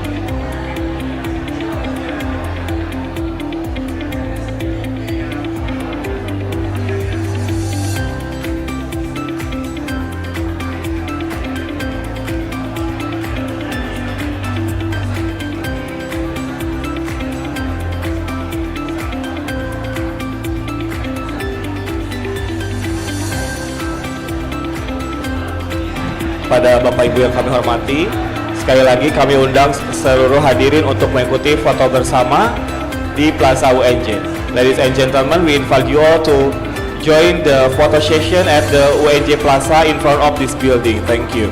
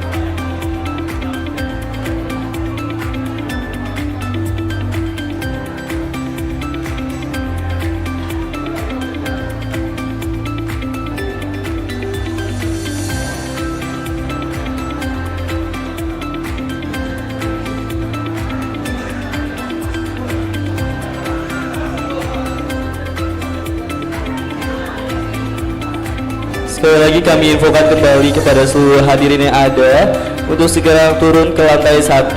Akan ada sesi pemotretan di Plaza UNJ. Dan jangan lupa untuk membuang sampahnya ke tempatnya dan jangan sampai ada barang yang tertinggal.